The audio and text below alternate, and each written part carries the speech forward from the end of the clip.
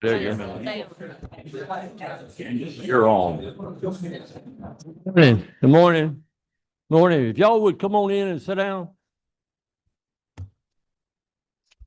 We really appreciate all the enthusiasm in the room this morning and the excitement. People, let them come on in the door. Thank y'all for being here today. This is an exciting time. This is, as we've said so many times, I am so happy that I have the opportunity to work with Chairman Irwin. And the House Education Committee and, of course, the Senate Education Committee have, on all these education bills, for the most part, have become one instead of two. And we all know that it's not a Republican issue, it's not a Democrat issue, it's a Georgia issue. And we're gonna make some changes, and great things gonna happen. So thank y'all for being here. I would like to first open it up and ask Senator Payne if he would say a prayer for us, please. We'll give you a microphone, Senator, down there. Are you 12? Yes, sir. There you go. Let us pray. Dear Heavenly Father, we thank you, Lord, for this day and for the opportunities it brings. We thank you for, as you filled each of our lungs today with oxygen to live another day of life. We know that only occurs with your blessing. So it only means that you've got a plan and a purpose for each of us to serve this day.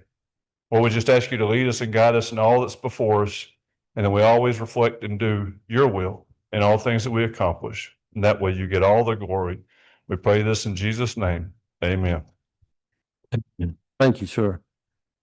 If y'all remember, last year, we had a joint committee meeting also, the House and the Senate did, and it was on school safety.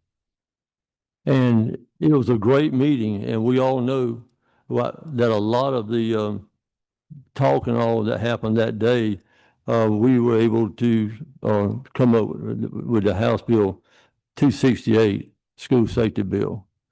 And so we hopefully, through the process of the meeting today and some hard work with the House and Senate going forward, that we will come up with some possible bills or suggestions on education. And, you know, one of my great concerns, and I know Chairman Irwin told me this also, that we are in for a teacher cliff, and I think in some cases we're already there. Not only for a teacher cliff, for a principal cliff, and he told me that we're in for a superintendent cliff because a lot of our superintendents are aging out. That's why this is so important. I want to first read to you the first paragraph of Senate Resolution 237, so you understand a little bit.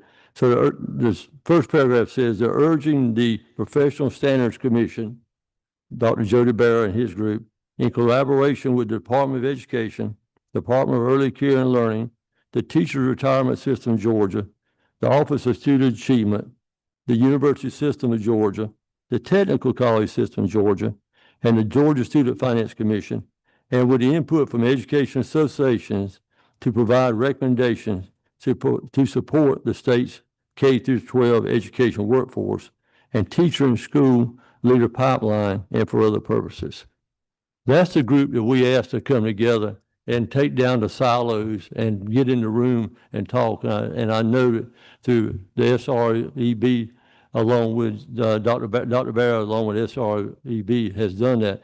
Now, quite honestly, today, he and I was talking this morning, it's kind of like when we were all growing up, y'all remember very well when your mother baked the cake at the house and she said she's just going to give you a little taste of it. Well, I think that's what we will have today, is just a taste of it, because the final version is going to be due December 1st, and some of the stuff that you will see today will be in a draft form, but at least it gives us a taste and gives us a chance to start thinking about things and moving forward. You know, what really got me excited about this, or really upset about it, was whenever we met with Irene Munn and I met with Dr. Barra last year, I guess, or early part of this session a year ago, and he told me that we had 5,300 vacancies of teachers in Georgia in December 24. But he also told me the good news on that was that we had 6,000 in 23. And in one of the districts, one of the school systems in my district, one of the superintendents told me 3 weeks ago that in K through 5, he had 6 classrooms that did not have a degreed teacher in the classroom. The person that was in the classroom had a high school diploma. You know, we can't move forward with education as Representative Ballard said so many times, and I quoted her so many times on this. It really is a national security issue too, and we got to make things happen, and it's up to us as legislators to move forward and make it happen. So, Dr. Barra, if you would please come forward. It's you have got the microphone for the next ever how long it takes, and then what Jody's going to do is do a presentation, and then I think if we have time, and we should have time, he's going to open up for input. So any of you representatives, senators that want to have questions, input, please don't hesitate. Write them down ahead of time so Dr. Barra will have time to answer for us. And inside your folders should be the presentation that he's doing for us today. Oh, okay, I'm sorry. Just let's stand by, Chairman. This Jill make the. Well, I think we made them first. Can Can send her down to get some copies. yeah. Can we do that? Who can we for it? You make some copies. Thank you. We'll get you copies. We'll get you copies, members. And let me state something while we're in that process, if I could, Mr. Chairman. First of all, let me commend Chairman here at his leading the charge in this study with the resolution and seeing the problem. And I also want to, we've got your copies coming around. Members, all members here, I know we've got Representative Wade online and a few that are going to get online here shortly. Thank you for coming. Your efforts. I look at this as a very important topic for us to have a lot of good discussion on this session to see how we can impact this for the good for the students and ultimately for our teachers also. So I want to commend before we begin the effort that SREB has put into this, as Chairman said, and also the PSC with Dr. Barra here. Members, I think you're going to be very enlightened today on this topic. So I believe we've got the copies coming out. So, Mr. Chairman, you want to turn it over to him? Yeah, let me just mention one thing. And the real purpose of one of the things of my thought on this process is I'm an accountant. I'm a CPA. I am not qualified to know why people don't want to get into education, and I'm not qualified to know why people get out of education. But the people in this Senate Resolution 237 that I just read off are qualified to do that. And this is a drastic situation that we've got to address very, very quickly, because we will never be able, if we don't have great teachers, we won't have great students. And we all know that. And we are making such tremendous strides with our literacy program and all, and we just keep this moving forward. So Dr. Barra, it's your turn. Thank you, sir, very much. Okay, I'm going to do my teacher call here already. Y'all have that paper in front of you, but all eyes up here on me, right? Okay. All right. Sorry, it just had to come out. I'm delighted to be here with you this morning. A special appreciation to Chairman Hickman, Chairman Irwin, Vice Chair Rice, and all of the other representatives and senators that are here today. We know that we can't make this work happen without your support, and we're here to collaborate with you and work with you. And just as a matter of introduction personally, this is not my first rodeo. I've been in this business for a long time as a teacher, assistant principal, principal K-12, superintendent in a low wealth, relatively poor rural district, and then a very affluent district. I finished my superintendency in Fayette County there, and I was there for a little over 7 years. So done a lot of work across the state, and still very passionate about the work. I did some association work with GSSA, the Georgia School Superintendents Association, and was working real hard to try to support new superintendents and new leaders. And then I got a call from the governor's office saying, we've got a retirement here. We'd like for you to maybe come and do some work in the Professional Standards Commission. And it's all about impact and wanting to try to do good things. And you'll hear me mention this multiple times. We want to do good things for kids and our teachers and our leaders in Georgia. And that's what really motivated me to move into this position. So just to give you a quick introduction there, talking about any kind of major change, I think it's important for us to understand the why. If we understand the why, we can figure out the how. And that's what we've been doing for the last several months. Senator Hickman stole some of our thunder here. He gave you some of our data, and I appreciate that because we've been talking about that since last December when that report came out. Our agency, the Professional Standards Commission, does do a lot of work with vacancy data. And just to give you a little more clarity with that, as he said, we had 5,300 teacher vacancies. It's a snapshot. It's one time, one day. In December. And we've been using that data, and that's another thing we'll talk about later in this presentation. We need to know those numbers. In addition to the 5,300 vacancies, we also had 6,700 positions that had been filled by individuals that were less than what we consider to be fully certified. Just add that, and my arithmetic is that's over 12,000 people they're in positions that or they're vacant or they're in positions and not really fully qualified. Folks, in Georgia, we can do better than that. And that's our message for you today. And part of the reason why, I tell you, we started these conversations in session last year, and I had the opportunity to work very closely with these gentlemen on lots of different pieces of education work. And I appreciated their willingness to allow us to add input. Senator Hickman talked about the group that's in that final draft of 237. Initially, when we talked, and I hope you don't mind me sharing all this, TRS was not in that group originally. And we said, gosh, that's one of the best recruitment and retention programs that we have. We got to put these people in there. Let's get Buster Evans and now Jason Branch. They need to be a part of that. He said, absolutely, 100%. And we talked about the importance in recruitment. We need to start earlier if we're going to recruit for the education profession.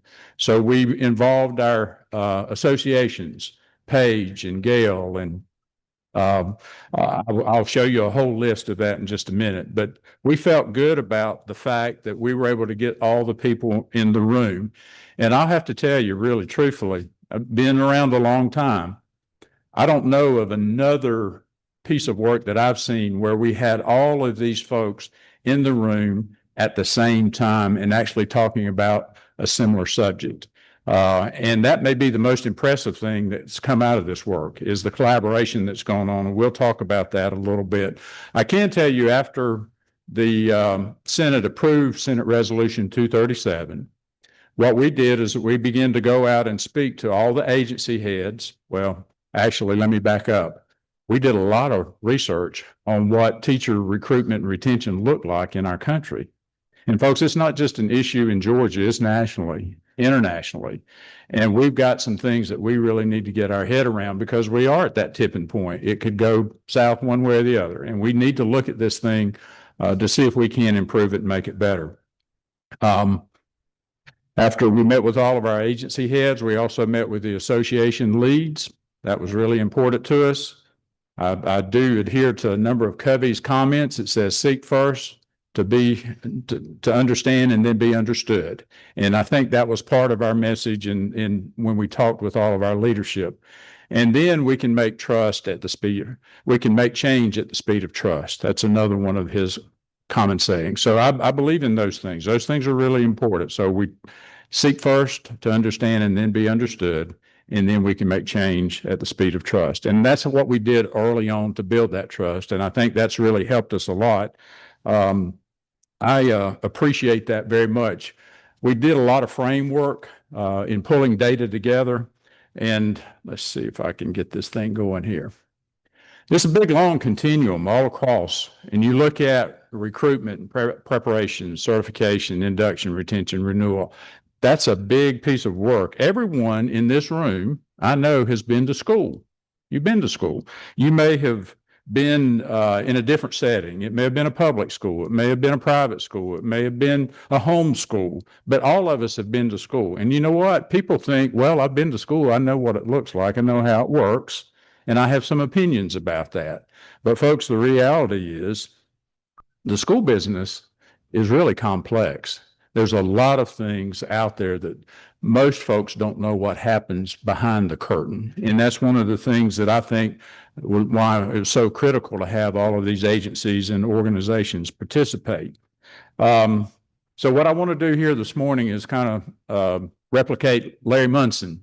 You know, when he started talking about the dogs, he said, "This is the picture." You know, so we want to give that to you here and let you know what we hope to try to do with this plan.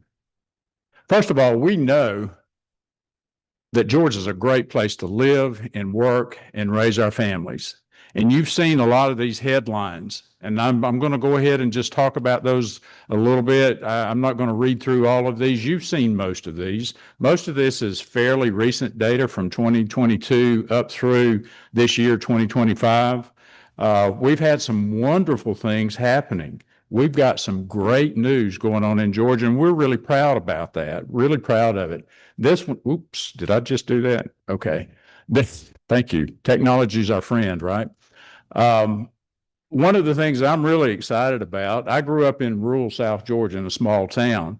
To see that there's a lot of investment going on in smaller rural settings outside of Atlanta, and I love Atlanta, don't get me wrong. I've lived in Metro Atlanta for the last 13 years. But we really need to look at this as not just two Georgias, but really one Georgia. That's really important for us. So we're excited about the work that's going on and the benefits that are going on in the metropolitan area and in the rural areas. Something I know we're all very proud of. You've heard this a lot. Georgia has been the #1 state in the country to do business, and we're very proud of that. And I'm something that I know we all feel good about that when we hear this. But not everything is always good. And because sometimes things happen that aren't necessarily good. And I talked with my colleague, David Lewis, over in Muskogee County, and I asked him, I said, is it okay if I use this? This was in the AJC. It just happened back, I think, in September. But y'all know a big bank called Synovus decided to merge with another bank, and they're leaving somewhat Columbus. We knew that. And that's a big lick for a local community. I think they had some 1,200 employees that were based there. And while we think the business is good, that particular county is going to be impacted. But I think they have a real positive outlook about this. And I think there are other things that happen like that all across the state where we hear about business and industry moving or leaving for whatever reason. There's some data I think that's really important for us to know and understand. This came from our last U.S. Census report. And it's interesting to see that most of the people who live in Georgia tend to stay around where they grow up, where they're born and raised, unless there's no reason for them to stay. I think that's something that really will help us as we begin to look at growing our own teachers. We need to look at that. We need to look at local areas, and clearly you'll have these reports and you can look at it. Most of our kids are staying in Georgia. We do have some that go out of state to go to school, but the vast majority of our students actually stay here in Georgia and attend our colleges and universities, which we're really excited about. Proud to talk about a little bit. This came from GOSA. That's one of their data that they share, one of our agencies here. So you know and understand the importance of having kids move on to some type of post-secondary training, whatever it is. We don't encourage one above the other. We think they're all valid and important. So this is really some of the nuts and bolts of the conversation that we wanted to have with you today. You know, there's over 140,000 early childhood and K-12 children, not children, but employees, staff workers. That's a lot of folks. And they shape the future of that 1.9 million children all across our state. When we look at education as a whole, if we looked at it in its aggregate, it's one of the largest employee workforces that we have in our state. We've got a lot of folks here. It's important that we discuss this, and I'm not sure who that is. That may be me. Let me do that. Thank you very much. I always leave that work phone on in case somebody down the hall's calling me. Anyhow, it's the largest working group that we have, one of the largest working groups that we have. And we know that educators, they help build this pipeline. We know that educators are the ones that help prepare the workforce for every other business and industry that we have in our state. That's really important. And I will say this, educators do drive innovation, and they help close gaps. And I think every child in this state, every child deserves a high quality education, regardless of where their zip code is. Every child deserves that. We need to do that, and we need to think about that and discuss that and make that one of our missions. As far as the economic impact, I think it's important to mention both on the front side, but also on the rear side. I'm going to give you this number. Don't quote me on this. I need to do another fact check. This was the last information that I'd had. But did you know that in Georgia, school districts are typically the largest employer in those counties? The last time I heard, it was about 120 counties. That's the largest employer in that county out of 159. There's some counties that doesn't work. And I see Representative Ballard here. I'm going to pick on her. In Houston County, there's more military people than there are teachers in the Air Force there. So there are some like that. But the vast majority of our communities have more educators in place than any other profession. And the other flip side, another fun factoid here, Georgia's growing. We're going to see a lot more people come to our state. This is out of Georgia Trend, and this is as of 2025. So we're expecting to see in the next 25 years at least 2.5 more million people here in Georgia. We've got to prepare for that. And then most of them, I suspect a lot of them may be bringing children with them.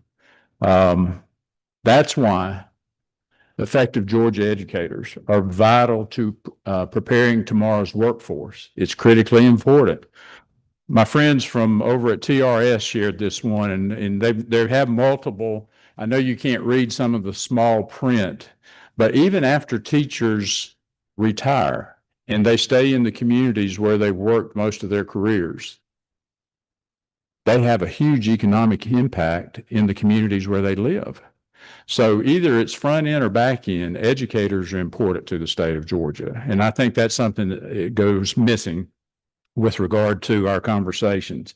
I hope it reinforces some of the why we need to be able to develop and grow more teachers and leaders in our state. I'll let you digest that just a second. It's critically important. So the conversations that we're having now with Senate Resolution 237, Senator Hickman, when we had some of our original conversations, the language, and he read it, PSC is urged, yes, sir, whatever you say, sir, whatever we can do to help. So that's why we've taken this and run with it. And I appreciate that very much. And we formed what we call our roundtable for strategic educator recruitment and retention.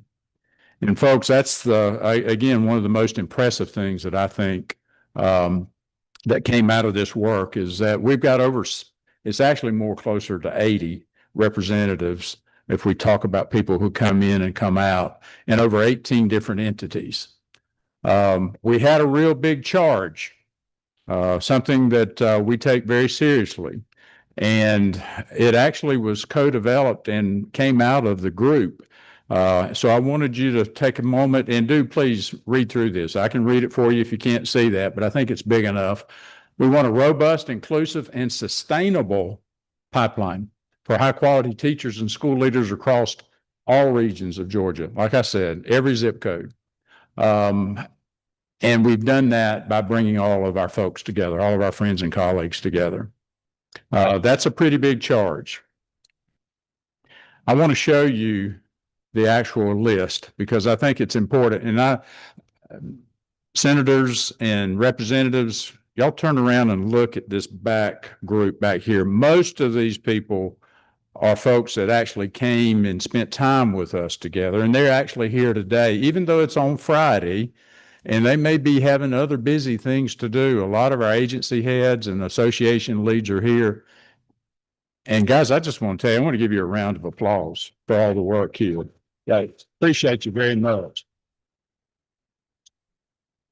We could not have accomplished this. And normally I would tell you, at least folks that I've talked to, they would say, normally this takes about a year to do.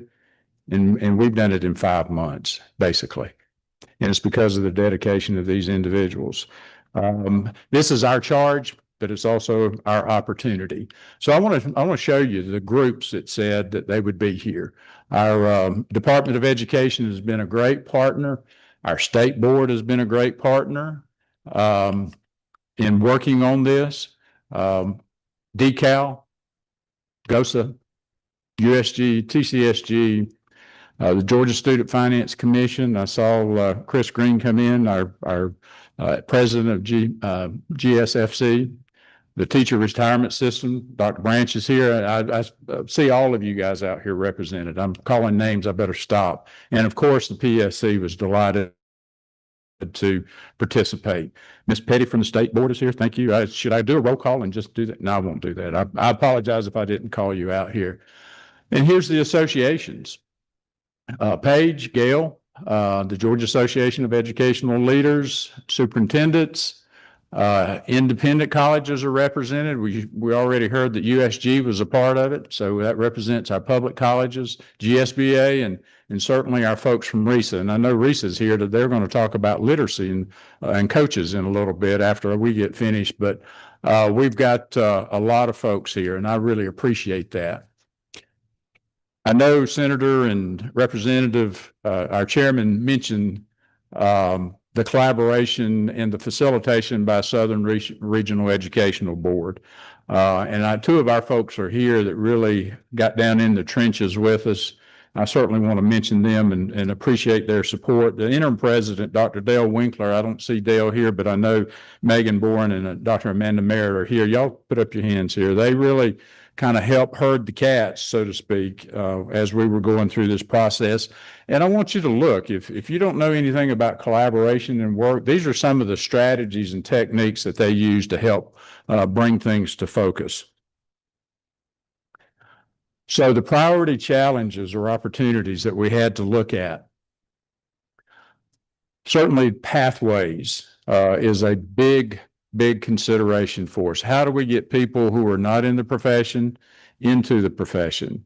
And there are traditional ways, as students graduate from high school and they go to college, that's one way, but we also have individuals who may be coming from the military. How do we get them into it? We have people who change careers and want to go someplace else. How do we get them into the field? That's a big topic of conversation. Recruiting people, it's a tough sale sometimes. Right now, if you look at the surveys from Paige and from Gail, individuals are not really wanting to get into the profession for a variety of reasons. And we need to look at that and how we can make that better. And we do that by looking at the value proposition of the profession. And there's a lot of wonderful things about this profession. Leadership certainly is a big deal, and we'll discuss that a little bit more. I also want to mention the issue of data. We have a lot of information, lots and lots of information, but sometimes it's siloed up, and we don't always share that. I know that that's something the governor has issued executive orders, and it's there, but sometimes even with that, we're not connecting on the important facts and the data to help drive decisions. And we think that that's going to be a big important part for us going forward. I will tell you, this is what I consider to be our go big or go home statement. We think that Georgia can be the #1 state for education. We believe that. We really do. It won't happen overnight, but we really believe that this plan can help put us on a course to be able to make education the #1, Georgia the #1 state in the nation for education. I'm going to talk to you a little bit now about the goals. Hang with me. This is not something that Jody and one or two others sat in a dark room and wrote it out. This is collective work by the entire group. And I keep wanting to emphasize that. But you see, we talked about pathways. That actually is one of our key groups, and it was actually our largest group. We had most people, they self-selected, said, who wants?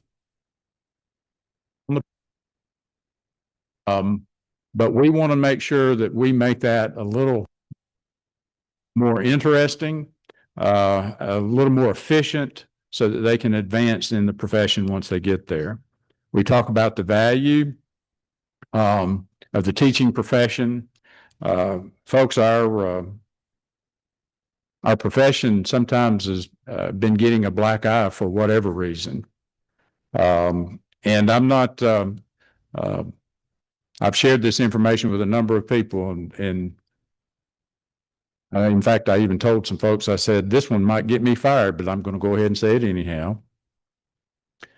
Folks, roughly 90%, actually better than 90% of children in Georgia currently go to public schools. That's a lot of kids. We don't need to be putting public education down while we're trying to build up other ways to educate children. I don't have a problem with choice. I really don't. But we don't need to be putting public education down. And sometimes that happens. I don't know that it's intentional, but that's how it comes out. And if you don't believe me, listen to the surveys that the teachers have completed. Look at that data. It's pretty strong. I think that's something that we can change, but we can't do it by ourselves. That needs to happen in the classroom with teachers. That needs to happen in schools. That needs to happen in school districts. That needs to happen in communities. And dare I say this, but it needs to happen under the Gold Dome too. We all need to be supportive of our educators. And I think the people in this room do. And it's something that's really important to me. Look at the value. We want to make sure that we're maintaining our teachers with the retention piece. Certainly, marketing is a big part of where we need to address. So we've got pathways, we've got value, we've got marketing, because we don't want to just attract every Tom, Dick, and Harry into the profession. We want top quality talent. And if we have top quality talent, we're going to get top quality students graduating from our institutions, whether it's K-12 or post-secondary. I believe that. I certainly want to mention this one. And this is when I point fingers, I'm pointing all these back here at me, because I consider myself a leader in this state and a leader in school districts. But I believe what John Maxwell says is true. Everything rises and falls with leadership. It takes effective leaders, not just in the school building, not just in our communities, but certainly here in these hallowed halls as well. I served on the leadership committee, so that's our fourth committee. Again, pathways, value, marketing, and leadership. And we also added on, as we got into the work, a little bit more about data and technology. So we formed an ad hoc technology committee. I've talked a lot at you here, but I want you to hear from some of our committee members. And we've got Ben McCumbers. Ben is, come on up, Ben. I'm going to let him share just a little bit. I told them, I said, we wanted somebody from every group. So leadership's checked off. Ben is, you can see, let me put this up here. Ben is, works with TCSG, and we just picked them at random, people who had been at most all of our, well, they're good people. They're not, maybe random's not the right word. Sorry, Ben. But people from every group, and we could have picked any one of them, but these were folks that were active in their group. And we felt like we wanted them to come and talk a little bit with you about what they saw and what they felt during this conversation. So Ben? Thank you, Dr. Barrow. Thank you, senators and representatives, for having me here today. And first of all, I'll say this is very important to me. Before I was at TCSG, I was a teacher and a principal. And most importantly, I am married to a fabulous teacher. And so I hope this is streaming or someone recorded that so it can get back to Allison. In our Pathways group, we really discovered as we came together, looking at USG, TCSG, our private partners, our friends at Georgia DOE, everybody was doing something. And I think what we figured out is that we needed to align what we were doing to ensure that it was easy for folks to figure out, how do I become a teacher and what is my next step? And that's from someone who came out of law enforcement to become a teacher. I kind of muddled my way through it and went into education as my wife didn't like me serving warrants anymore. And I figured that out because I had some help at a local level, but we know that that's not always the case. So as we looked at those seamless pathways, we identified things that were already going on. Some local articulation agreements between TCSG colleges and USG colleges where students were getting credit and they could move on and get their 4-year and get their teaching certificate. Georgia DOE always doing great work with their early childhood and their teaching as a profession pathways. And how could we make sure that those students get credit when they come up to a TCSG college or a USG college or our private partners? And then also, I see Bronwyn's here, the rural apprenticeship, the teacher apprenticeship that Georgia DOE has started, and that discussion was very robust. And so where we really landed in our two main goals, and there are several action items under that, were that we continue to flesh out these articulation agreements, make sure it's not a plate of spaghetti, that it's a highway for students and people when they come to Georgia. And then also, how do we expand that apprenticeship option to other students? Because we are seeing success in the rural areas, and how can we make that happen across the state? Thank you. Thank you, Ben. You can stay up here if you would. We'll let you set up in the front row with us because we're going to get some questions. I see those questions starting to come. Next on our recruitment list or in our working group reporter is Margaret Ciccarelli. Margaret works with Paige, and we certainly wanted to involve them. Thanks very much. And thank y'all for the opportunity to present today. Y'all gave us a part-time job. And we enjoyed it. It's the best part-time job that I have ever had. And we appreciate Dr. Barrow's leadership. This was certainly, as Ben and Jody have articulated, a group effort.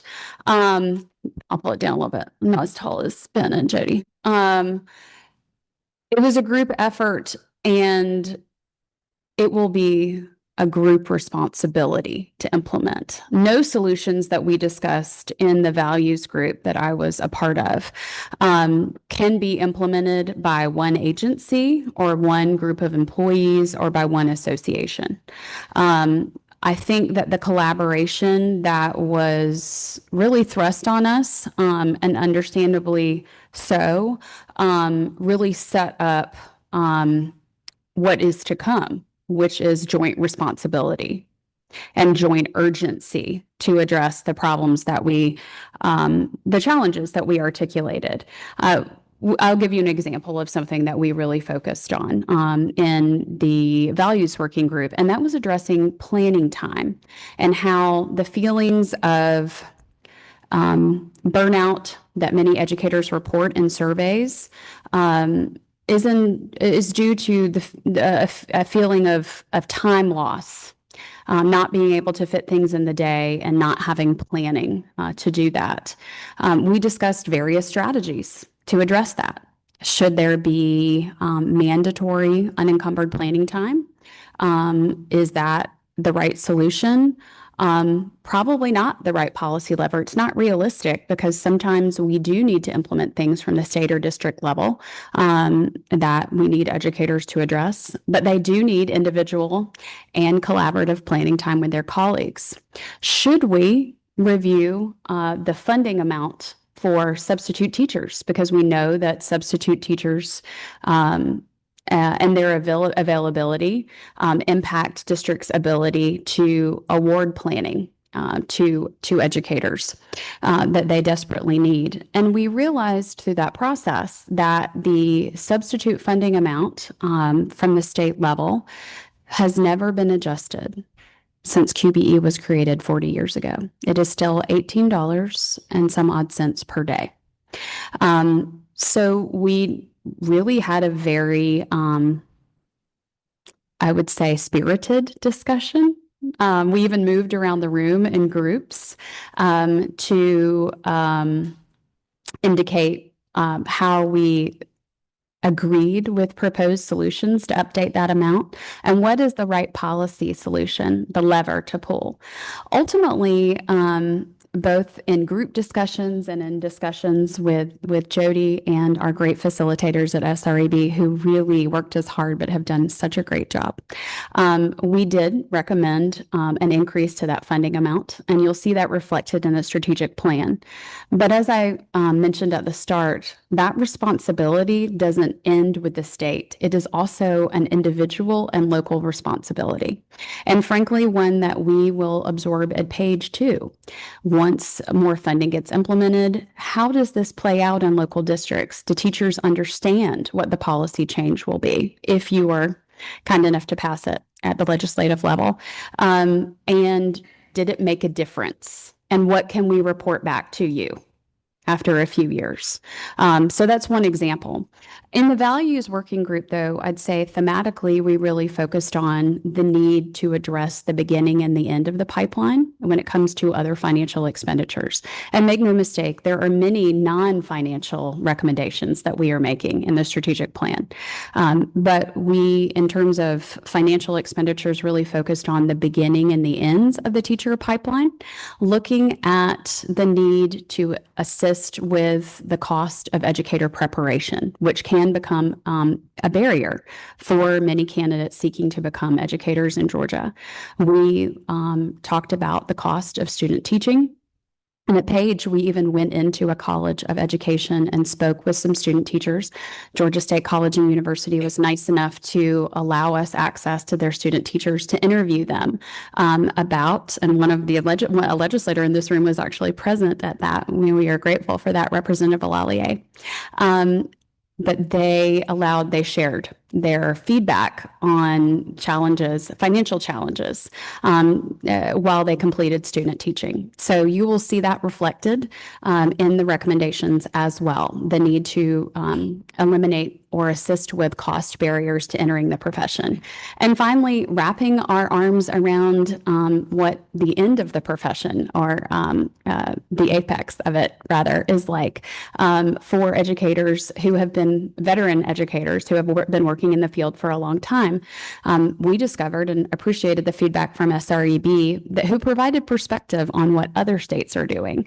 We appreciated that perspective on Georgia's STEP salary schedule and how that compares with other states. We stop at year 21 and our neighboring states continue.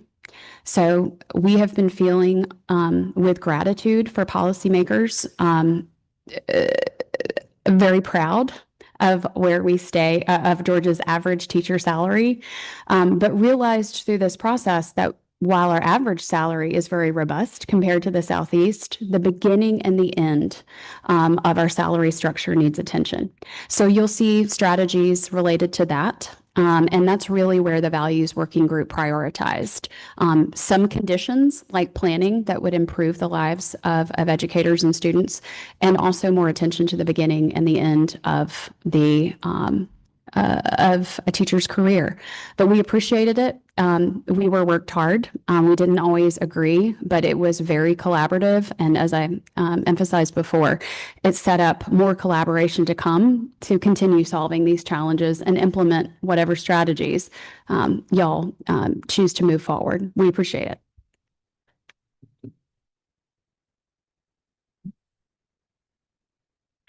And last but certainly not least, we have Christy Todd. She's the Chief of Staff at the DOE. Christy was also our state and national finalist Teacher of the Year. So she speaks not only with the agency voice, but she speaks from a teacher voice as well. So, Ms. Todd?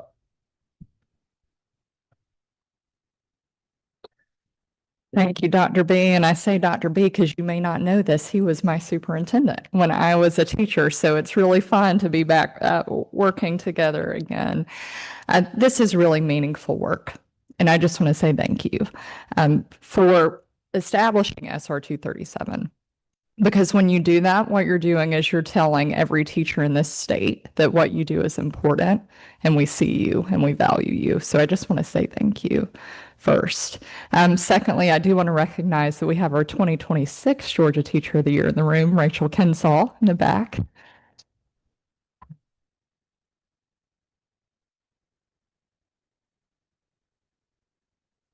So she didn't know I was going to recognize her, but she has reviewed the plan and has shared with me her excitement as well on the work and what is happening. So in the marketing committee, we really focused on thinking about what assets that we already have as a state. And because we can pass all the legislation and incentives and different opportunities in the world, but if we can't communicate that effectively, we're not going to be able to bring people into the profession. So we see marketing as a key need. So two of the assets that we already have that have name recognition that we believe we can build on are Teach Georgia and Teach in the Peach. So the marketing committee really focused our work around that. Looking at doing a landscape analysis for how we can get feedback to improve those two things that we have, how we can implement it, and then on the backside, how we can evaluate that data to measure our effectiveness. Specifically with Teach Georgia, one of the things that the marketing committee focused on, and I know our data committee did as well, is improvements to that platform. Right now, it's double entry. So if you are a district, you have to enter any job at your local HR site, and then you have to go and enter it on Teach Georgia. And I'm going to be honest, people don't do that. They just don't. So the data we're able to collect is not accurate. But there are upgrades that can be done that can then sort of scrape all of the data at the local level, put it on one unified job board that then every single day we know exactly how many jobs we have open, how fast they're filling, where we need to focus our concentration. So we believe that's one of the most important things from the marketing committee's perspective that we can do is to market those local job postings through a unified job board. The second piece that we really recommended was utilizing Teach in the Peach. For those of you who haven't seen it, it launched in February. It's teachinthepeach.org. It's a statewide marketing campaign for teachers. And since February, that website has had over 1 million clicks visited by people in every state and over 10 countries. And so the excitement of people wanting to come teach in Georgia, that website ties directly to the PSC. It ties to resources for how you can grow as a leader, how you can find your pathway to the classroom. And we believe that site could be expanded to not only teach in the Peach, but lead in the Peach, show some of our leadership pathways, and prepared in the Peach that could highlight our education partners and how to get certified and what are your different opportunities and routes. So we believe that by enhancing upgrades in those two sites and also having a marketing plan that could include billboards in the airport on why you should teach in the Peach, to additional media spots, whether it be on social media or at events or on TV, there is a great opportunity to market all of the benefits that we have for teaching here in Georgia. So that was the main work that the marketing committee did and the recommendations that we had. Thank you.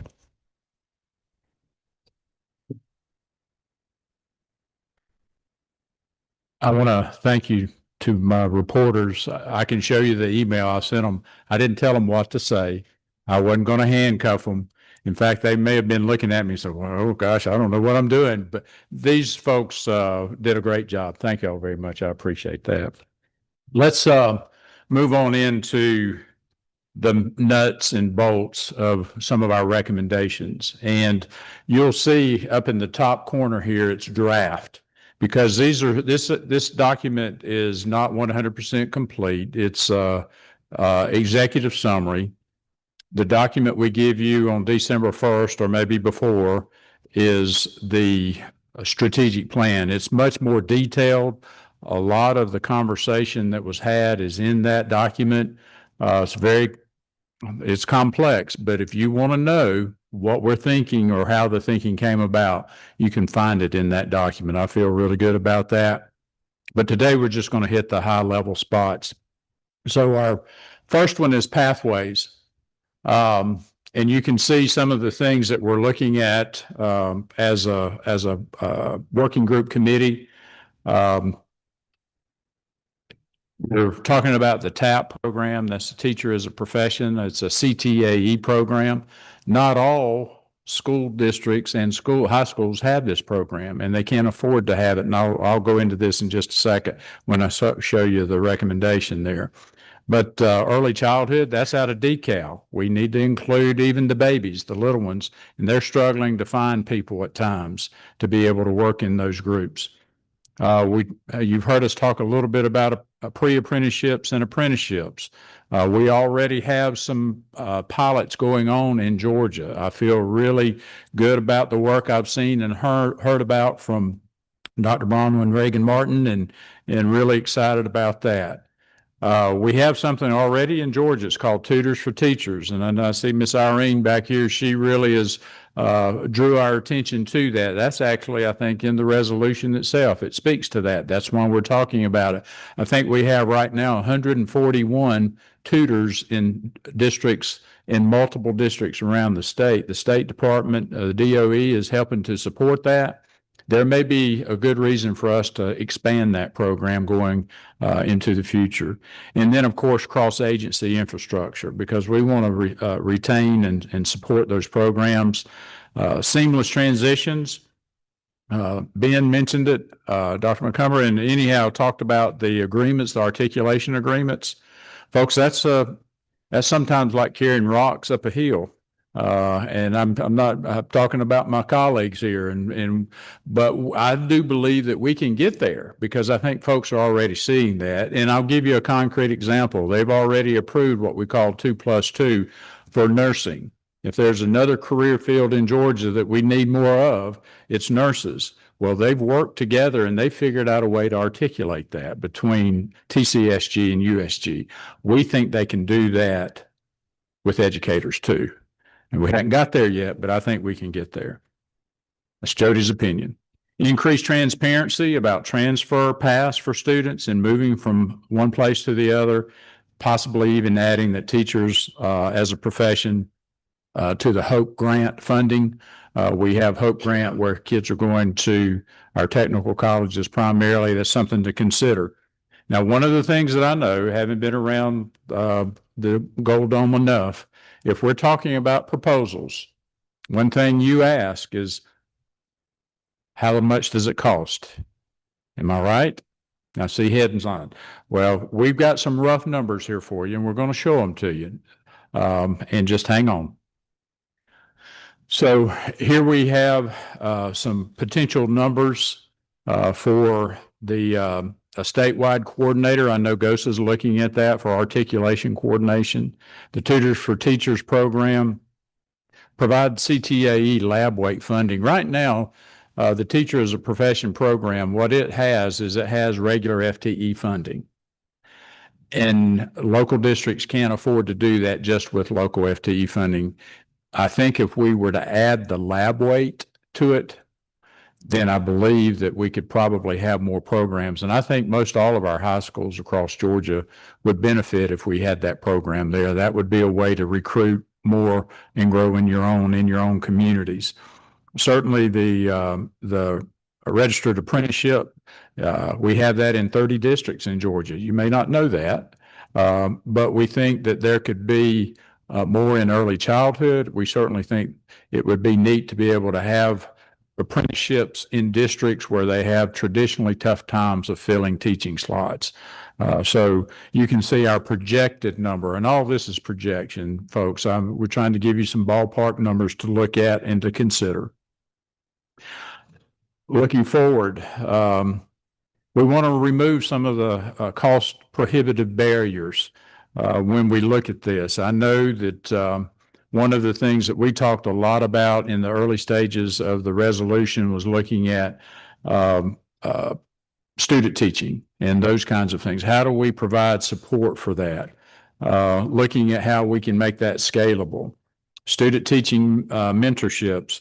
We need to be able to coach and mentor these young people as they're in the profession.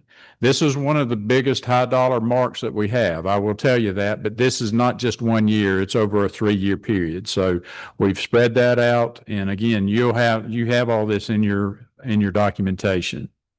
And we can come back to any of this if you want to when we get to the question part. Valuing the profession, I think this is really important.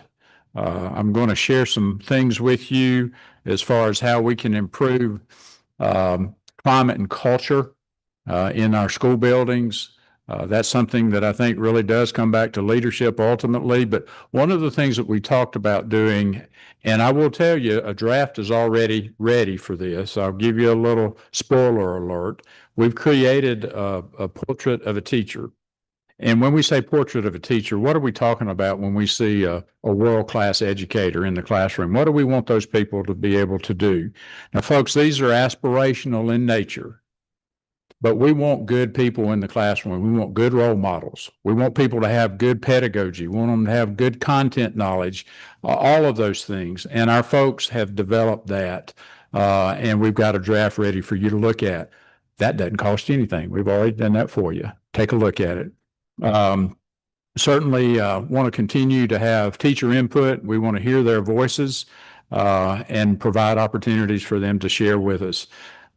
We certainly want to try to do the best we can with regard to teacher planning time.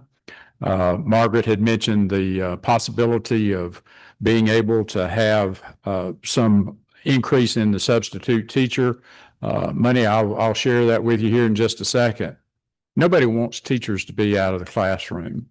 But if we want to address issues, and I know most of you in here are very deep involved with the literacy piece. We're trying to improve literacy in Georgia. Well, we have those standards in our ed prep programs right now. So the people that are coming out will have had a lot of training on literacy, or they should have. That is our goal, and that's something that falls on the PSC to make sure that's happening. I will tell you, and I'm happy to talk about that as a sidebar conversation. But the vast majority of teachers are already in the buildings. And are they getting the training and teaching that they need and the coaching that they need? And the only way we're going to do that, and if we want to move that needle faster, we've got to provide better training for them. And the way that we can do that, hopefully, is by providing some additional funding. So I'll go ahead and show this to you with regard to the amount that we have projected. We talked about the number itself. That number's been static for a long time. It's $18.75. We haven't messed with that since QBE came on board. We took that number and did a study on that with regard to looking at an inflation calculator. And we found that $18.75, if we were to calculate it today, it would actually be over $57 per day. Now, we're not asking for that. That would break the bank. We understand that. But if there's a way that we can touch that number in some way, form, or fashion, and we propose $25, that would go a long way to providing districts more latitude so that training and coaching could take place. So that's the rationale behind that. I will tell you this. If you look at that bottom bullet, explore a study of innovative staffing and scheduling models. We're not just asking for this forever. We've looked at other districts and other states across the union. We know that North Carolina, for example, is doing some really pretty innovative stuff. They started a while back, but they put into place some ways that they've worked with their master schedule, and they carved out time for teacher training without costing more money with the with substitutes. So we're looking at both things on the as we go through. Continuing the valuing proposition, I know one thing that was mentioned in the resolution, so we've included it, talks about the teacher compensation package. We certainly want to be able to address that. We did mention the $3,000 tax credit for teachers. That's something that we included, certainly something you can look at. We've talked about the state salary schedule. And Margaret already clued you in and gave you a spoiler alert that we're going to talk about this a little. But once you hit that 21st year stepwise, technically, unless there is a overall COLA, a cost of living increase that you folks pass, there is no other steps after 21 years.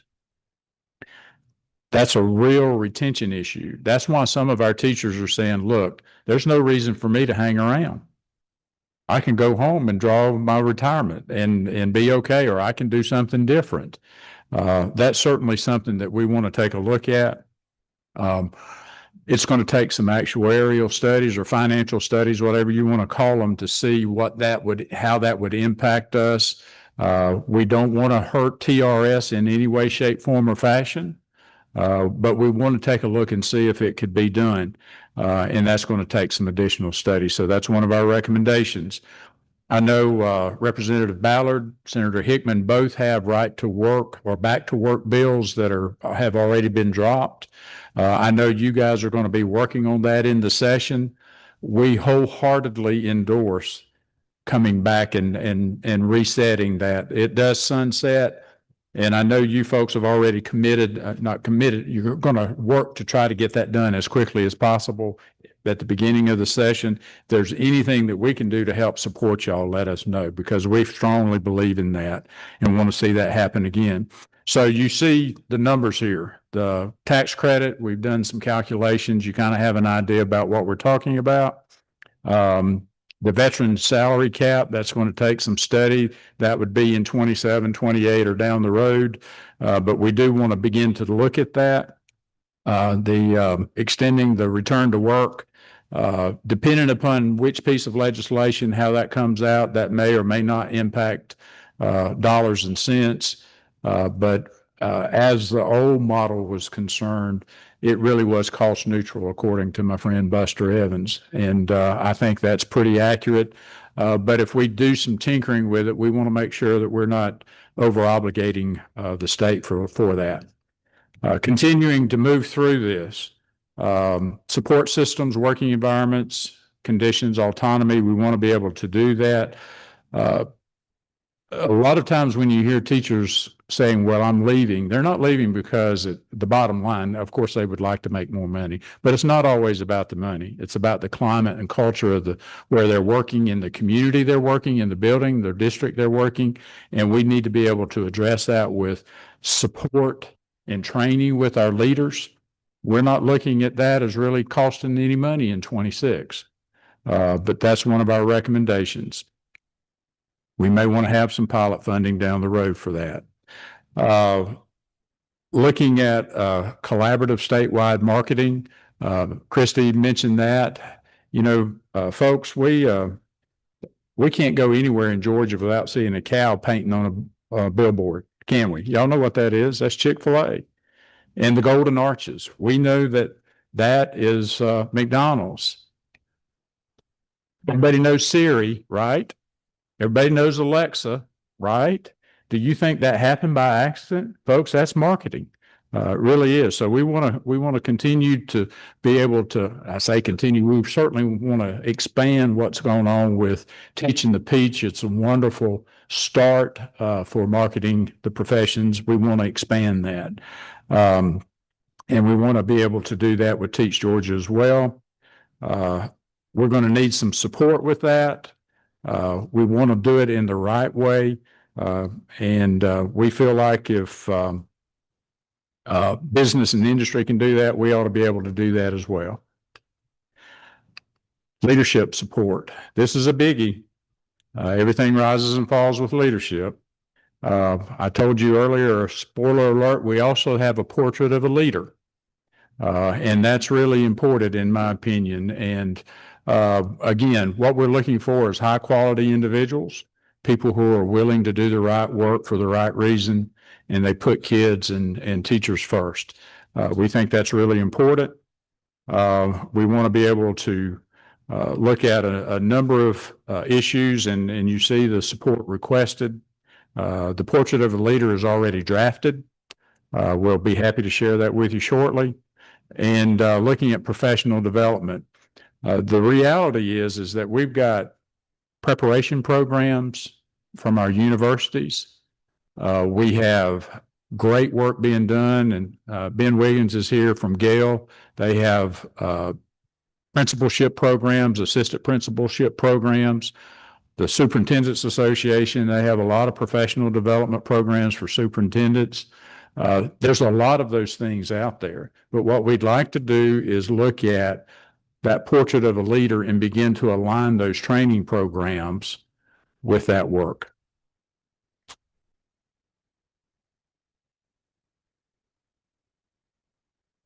This is one that I think is really important.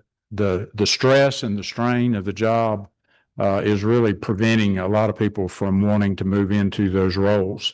There's some things that we need to do and provide some supports.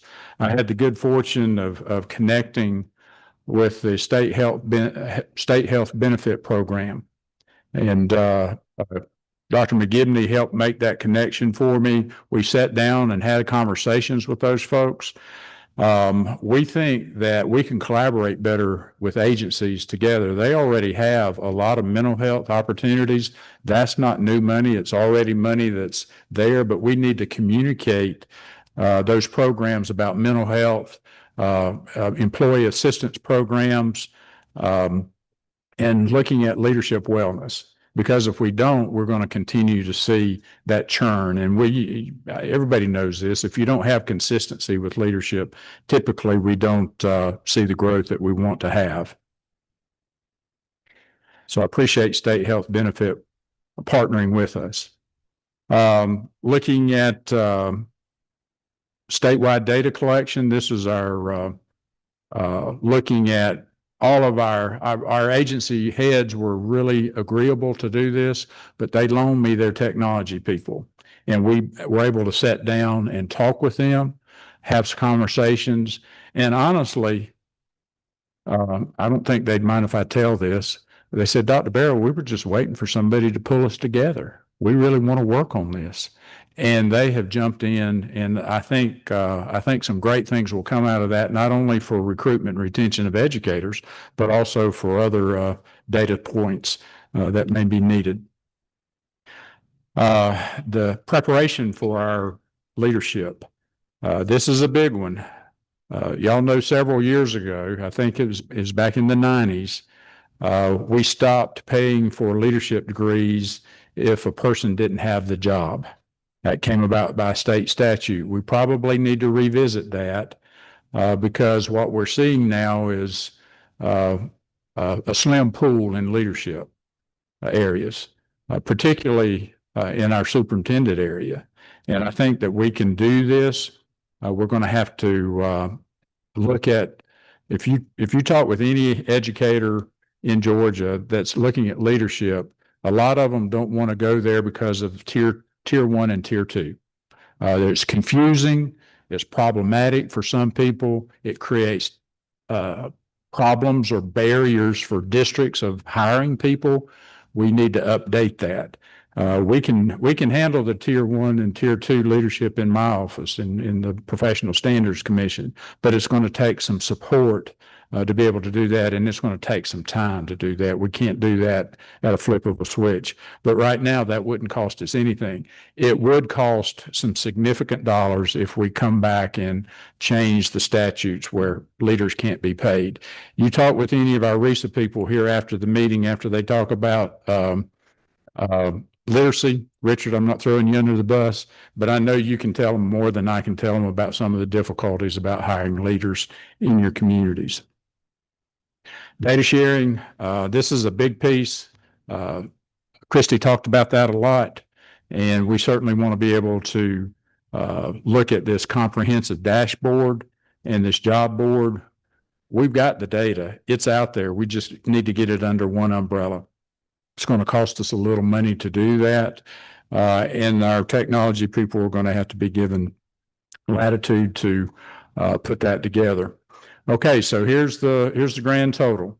Pathways, value, leadership, data enhancement, and there's our total. Now that's a big number. It's not that big. I can tell you, probably a week ago, that was like $78 million. So you got that going for you. You know, we pulled it down, but we want to be able to be candid and we want to talk about this. Don't let this be a barrier for you. We can work with you as we continue to move through the process, and depending upon what you want to strategize and work on first, of course, we'd like to commit to all of these recommendations in the executive summary. We're testifying here today, sharing with you. We now have between now and the 30th to be able to have more conversation, and we want to hear from you now. So I've done most of my presentation, Senator Hickman, Representative Irwin. We're going to have anything that you share with us and any other tweaks that we need to make that comes out of our group. And we're going to have this planned to you December 1st, no later than that. Beyond, we don't think that this is going to be done in 1 year. We think it's going to take an extended period of time, looking at a 5-year plan, possibly a 10-year plan. But at least the foundation has been laid. And you won't have to go back and say, well, what did we do? What did we talk about? Folks, we're going to give it to you. It's going to be rock solid. Now, things may change and evolve over time, but we're going to give you a real good framework to work from, a real good foundation to go forward with. That's our pitch. Couple of great statements. First of all, Superintendent Woods is in the room, and Richard, we really appreciate you being here today. Thank you for your presence. There's a saying in Georgia, South Georgia, says the ox is in the ditch. And I think the ox is in the ditch as far as our teachers. And I think we appreciate so much what you're doing. I think when we talk about cost and all, I remember the study that Georgia Tech did for us on literacy. And Georgia Tech said that literacy or low literacy rates in Georgia are costing us $1.8 billion a year. And either through additional Medicaid funding, either through not people incarceration, people just not working. And I think we got the same situation with not having the right teachers in the classroom. There's no telling what the cost of that cost is to us. And I know it's great that we're the best state in the nation for 12 years in a row, but just imagine where we could be if we had 0 vacancies in the classrooms with the right level of teachers in the classrooms. That's critical. Richard, Jody, one thing that I really wish y'all would address is salaries. We talk about so much, but I think about just this past week, I was at a skills competition in Statesboro, and I talked to a young man that graduated from Georgia Southern in May with a construction management degree. Now he's coming to Atlanta to work. Told me he's starting out at $77,000 starting out of school. Yeah, $77,000 coming out of school, and so our teachers in our district starting out at $44,000. There's no correlation there. It makes no sense. And that's why when the Governor's Honors Program was in Statesboro, and I was talked to him a couple of years ago, they do it every year, and they had all the different colleges had tables set up at engineering, business, education, blah, blah, blah, down the line. And there was nobody talking to the education person there. And I went up and asked her, I said, nobody's talking to you. She said, and she didn't know who I was. She said, "Sir, I had a young lady come up to me a few minutes ago and a mother said, 'No, you don't need to be a teacher.'" And I'm consistently hearing not only teachers saying that, I heard an assistant principal in my district say that a couple of weeks ago. Many of y'all were there. You saw it on Zoom. You saw it was a House study committee that he showed a picture of his 18-year-old daughter that would graduate in May. And he said, I cannot today recommend her to be a teacher. You know, that's the issue we got. And we got to address this thing in a very simple manner. And I know from, probably shouldn't say this, I'm gonna say it. So some of the issues that, of course, Ms. Dale Burns in the audience, but I heard her say yesterday that sometimes the speaker's patience is not what we would like for them to be. But I think my patience, and I know some of our patients on these same issues are in the same situation. So I think we not only have to address this in a long period of time, we've got to jumpstart this thing because the ox is in the ditch. And for me to tell you that one of my school, your hometown, had 5 vacancies up to 3 weeks ago. So we were in the school year 3 months now, and there had 5 vacancies in elementary school that the person in the classroom did not have a college degree. So is there an urgency to this? Yes, it's urgency to this. And the billboards, you know, my favorite billboard, of course, Chick-fil-A is too, but my favorite billboard is the Grady Hospital billboard. It says, "I wouldn't be here without Grady." What if somebody said, "I wouldn't be here without my teacher. I wouldn't be here without blah, blah, blah." That's the type of thing. So I'm looking forward to the big picture report, because hopefully in the big picture report, there'll be a good bit of expansion of what y'all have got here. Yes, sir.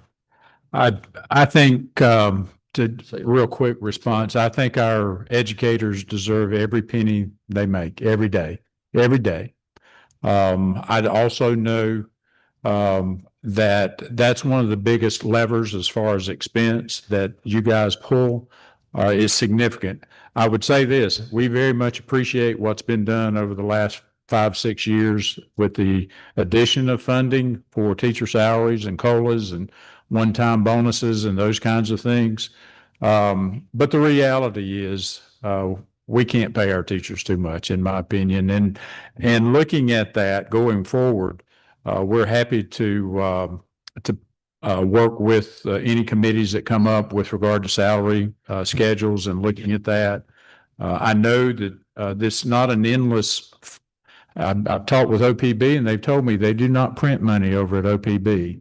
They do have no printing press for money, and I appreciate that. But anything that we can do, but we also know that there are other things that we have to do as far as vacancy issues, and we've talked about a number of those things here. But would love to have a conversation about salary schedules. Imagine coming out of school, being a teacher, making $44,000 a year, and to rent an apartment is $1,500 a month in our area. $18,000. To me, that's the biggest. You know, we get in our accounting firm. You know, we're starting out accountants at $65,000 a year now, and you know what? We will lose an accountant to another firm for $1,500. So is money important? Money is extremely important to these young people. I know when Joanne and I started out, just a little bit each month to buy groceries was a big deal. And I think we got to look at that situation for those people. It may not be, we got a great retirement system, and thank the Lord we got the TRS the way it is. But you know, it may be more about what that young person can take home and buy groceries with when they first start out, as opposed to what's going in their retirement system. Now, do I believe in a retirement system? 1,000%.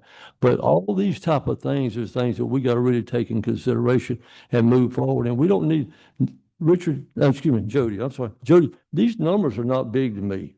Okay. You know, when we talk about the $36 billion budget and education is 52% of it, these numbers are very, very insignificant. So I think we can work with it and all, but we just need to be more aggressive and we need to be more faster moving this thing forward, because we've already lost a lot and we don't need to lose any more time. Thank you, Senator Hickman. We appreciate that very much too. And I'll go ahead and tell the Appropriations Committee chairs to to write those numbers in this year's budget, if it's okay. I'm teasing. Really, what you say is absolutely correct. We have some unevenness, if you will. You want to call it inequities. We have some districts that are able to pay more with local supplements. We have some districts that all they can do is the state salary schedule. And that's the reality. I can tell you in my experience in Ware County, I had to go and beat the bushes and recruit hard because it was tough finding folks in that rural district. In Fayette, it wasn't as big of a deal because people wanted to come there. High quality of life, all of that, and the pay was good. But even now, even today, they're having issues with certain high needs areas. So it's a reality. I can tell you, I know it's real. And certainly salary would help with the process. If I can, Mr. Chairman, I'm going to add to this just some here. Dr. Barrow, thank you for the comprehensive approach to looking at this, you and your team. Before we entertain the questions of the committee or the committees here, I want to tell you that good reports are a launching pad to good change. And that's what I'm seeing happen here. You've come up with a very comprehensive look and recommendations to us. I'm very excited if you see by the participation in the room here of the members and the fact that they're willing to dive into this need. This is obviously a need that is going to impact the whole state that needs to be addressed if we do not. So, Mr. Chairman, if we can at that time, I would say turn it on over. I've seen them come up. So, Oh, yeah. Senator, I believe you're the first one that the button's ringing for a question down there. Thank you, Mr. Chairman. I have the passion with kids and everybody knows, but one of the things I've questioned is, did y'all look at any pathways for parapros?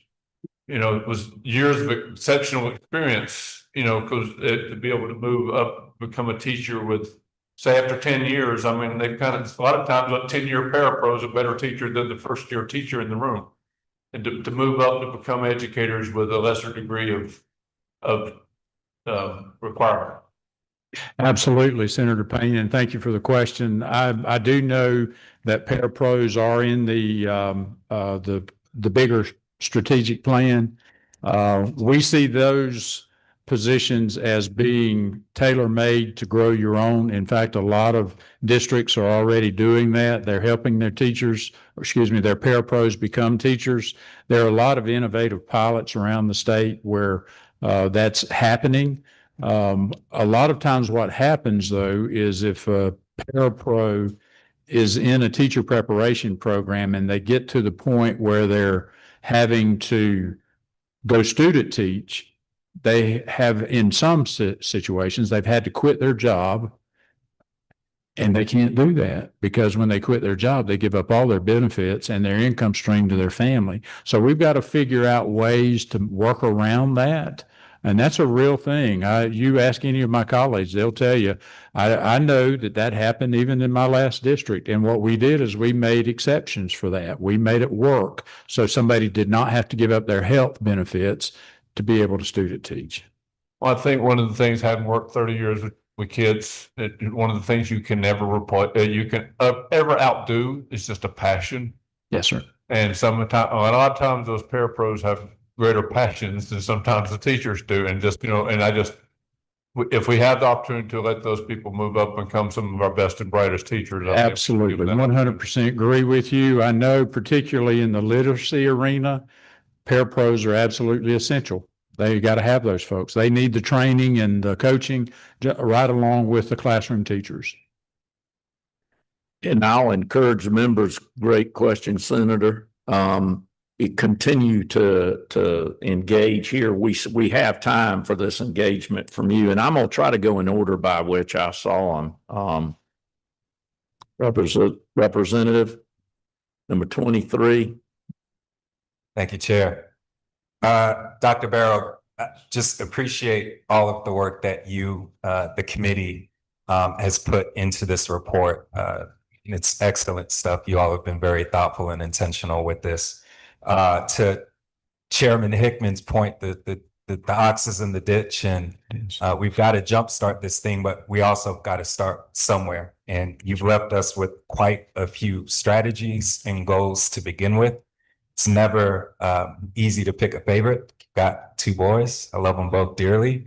But if you could direct the committee's attention around one or two strategies that you wanted to lift up and create an additional level of prioritization for us, what would those one or two strategies be out of this report?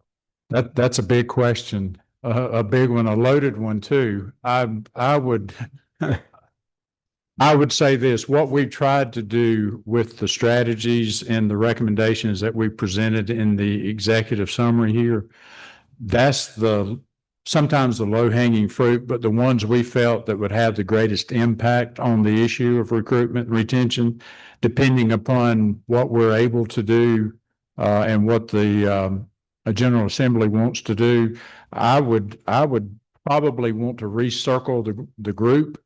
And boy, how do you talking about arm wrestling and rope pulling, but I could ask them to say, because it's really not, I don't want to be my one voice. It is the collective wisdom of this group. I'm telling y'all folks, that really will make this thing sing. And I'm happy to be the mouthpiece for it, but it's all of us working together. That's how we've gotten to this point. So I don't want to not answer your question. I would say, let us go back. If that's something that you really want to know, we'll come back and we'll wrestle that out and come back and say, here are our top one or two. But that's hard to do because we may not see the full impact unless we do multiple strategies. And that's the problem. We sometimes want to find that silver bullet, and there's no real one silver bullet that's going to solve this. It's going to take an aggregate of multiple strategies. Are you practicing to be a politician? I learned from the best of the best right in this room. Number 6, I believe, was the next going here. Number 6, is that you, Representative Townsend? Yes, sir, it is. Thank you. Kind of a two-part question. The first part, when you were looking at the cost and trying to keep teachers, are we looking at look at the salary structure? Or are we kind of looking at the end first? Like, what do we want that 30-year teacher with the bachelor's, master's, specialist, and a doctorate earn? At the end goal, what's as of this time today, what's that end salary going to be? And kind of work our way back. And then similar are we thinking about, you talking about leadership? Are we talking about as well doing that for looking at what size school systems you are? Because I know there's a big difference in salary given for being a superintendent in Fulton County or in Metro Atlanta compared to Twiggs County or in Glenn County. So kind of what's the possibility for that? And of course, a couple other questions, but kind of start off with that. I try to be very transparent in that conversation. I can tell you what has happened, and we've seen this. Teachers have said, okay, we can't get pay if we have a leadership degree, but we can move into instructional technology. We can move into curriculum instruction, and we can draw the pay because we can earn degrees that are still paid through the salary schedule.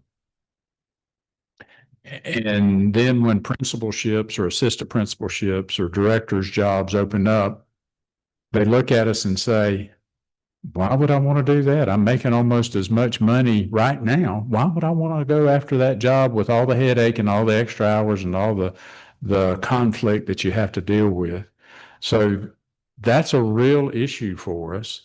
And that's part of the reason why we've got to reboot that system, I will tell you. And this has come up, at least in leadership conversations, a lot about how we've got to be able to handle that in a different way. I understand that piece because I agree with you. Because back in the day, the issue was you had small colleges out of state offering diploma drive-throughs. Yes, sir. Yes, sir. Where we were getting degrees in Absolutely. 12 months. Absolutely. Shouldn't have happened, but it did. And Yes, sir. it is what it is. So if we straighten that part out, I totally agree because we want, and right now under the system, we have to be careful of a administrator entering the classroom without any kind of administrative training. Yeah. Because that could cost you more in the long run too. So Absolutely. I'm 100% agreement on that. Absolutely. But I think if we attack the teacher crisis we're looking at, we know that 5 to 7 year period when they first start teaching after they get tenured, that 5 to 7 year mark, they really decide, do we want to stay in that teaching profession? Right. And that's where you lose some teachers. So I don't know if we have those numbers or not. The second piece is, again, what's that end goal? Because how do we plan a structure of at the 10th year, they should make this, the salary step, that step, we should make this without knowing what's that final amount for a teacher now?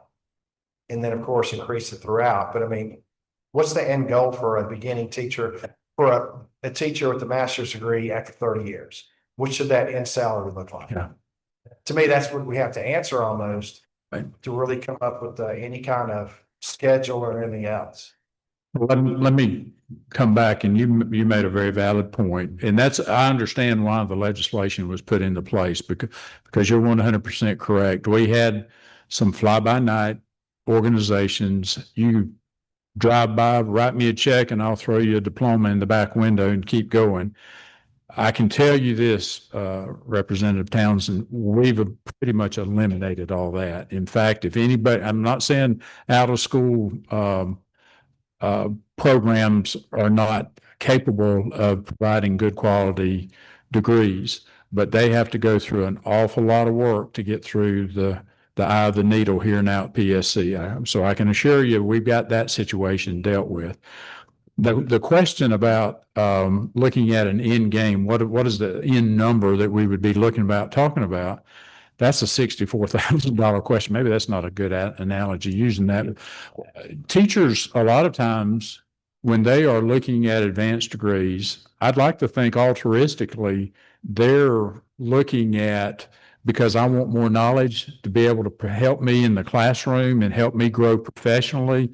Maybe I want to add on an endorsement as a reading specialist, or maybe I want to add on another degree. Some do it primarily for the salary.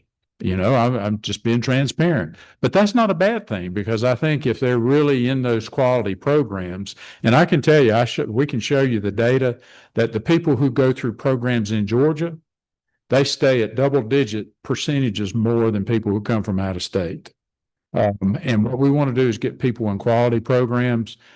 I don't know how to give you an answer to that one, as far as saying, okay, I mean, we could probably do some calculations. There's people in here that can do math a lot better than I can, and we can look at that. And I've got salary schedule review on my list to consider. Maybe we can come back and give you a better number. I understand. Thanks. I was just trying to think a big picture, and when a person's deciding what field to go into, you always have what an engineer is going to make in their lifetime, what a teacher is going to make, what a police officer is going to make. They have to decide a direction to go into. So if we kind of have that out there, possibly, that's just a thought, but. I may ask my friends at Page and Gale, can y'all survey and ask teachers where they want to wind up with their end of the degree?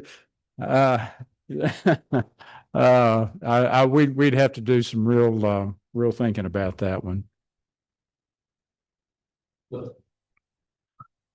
Let's go to next, and then we have an online question too coming. Number 10, Representative Glaze, I believe that's you. Thank you. Thank you, Dr. Barrows. I just got two things that I want to make some and give some input. So when we talk about school climate, we had a couple of great ideas around leadership and training. But one of the things I think we have not really excavated is student leadership. And even though we have SGA, we have not really used students to the level I think we should. There are some schools that have a more robust student leadership group from each grade, and those students are involved in setting the school climate amongst their peers. And so it costs us nothing. But they do have to have someone who's over that group.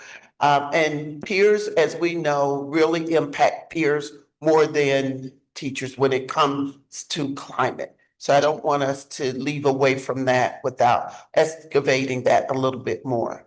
And then second, in the marketing piece, we've got all of these different state tax credits, the movie state tax, credit.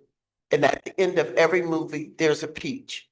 What if after every movie that is made in Georgia, we could put this information around the unified dashboard so that people could see where teachers are needed and in what school systems we have opportunities.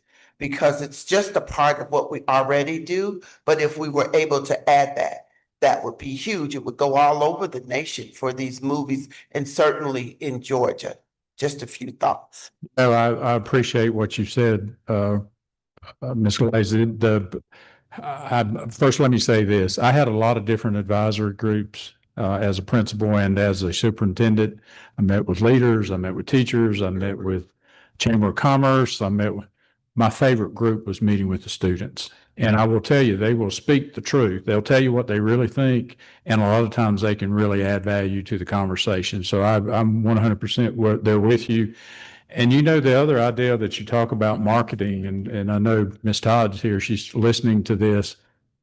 It's a lot of times all you have, the power is in the ask.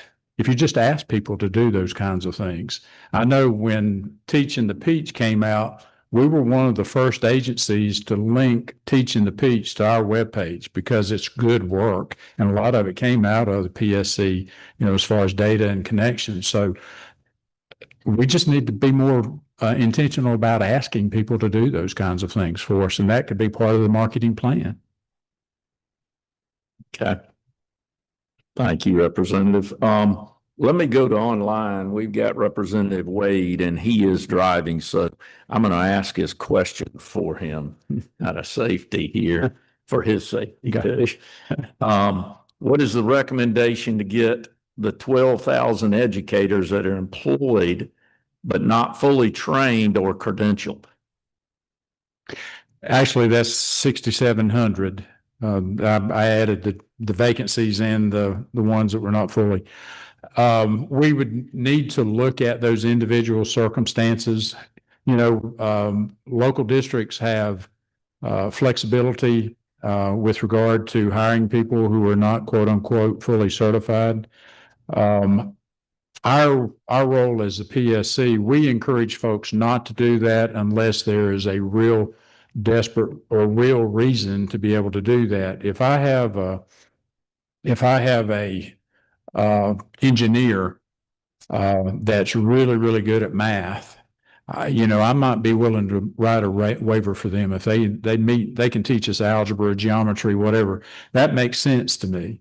But if you're just going to take someone who has a high school diploma and try to give them a waiver, I'm not so good about that. So we've got to look at it sometimes as a case by case basis.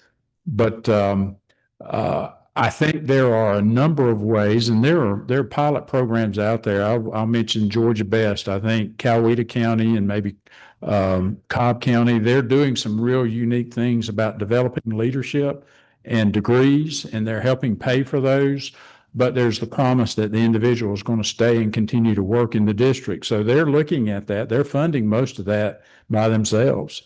Now, not all districts can do that, but those are the kinds of things that we could probably look at and encourage districts to do. Maybe they haven't thought about that, is how can you get that person to full certification, fully prepared, fully trained? Okay.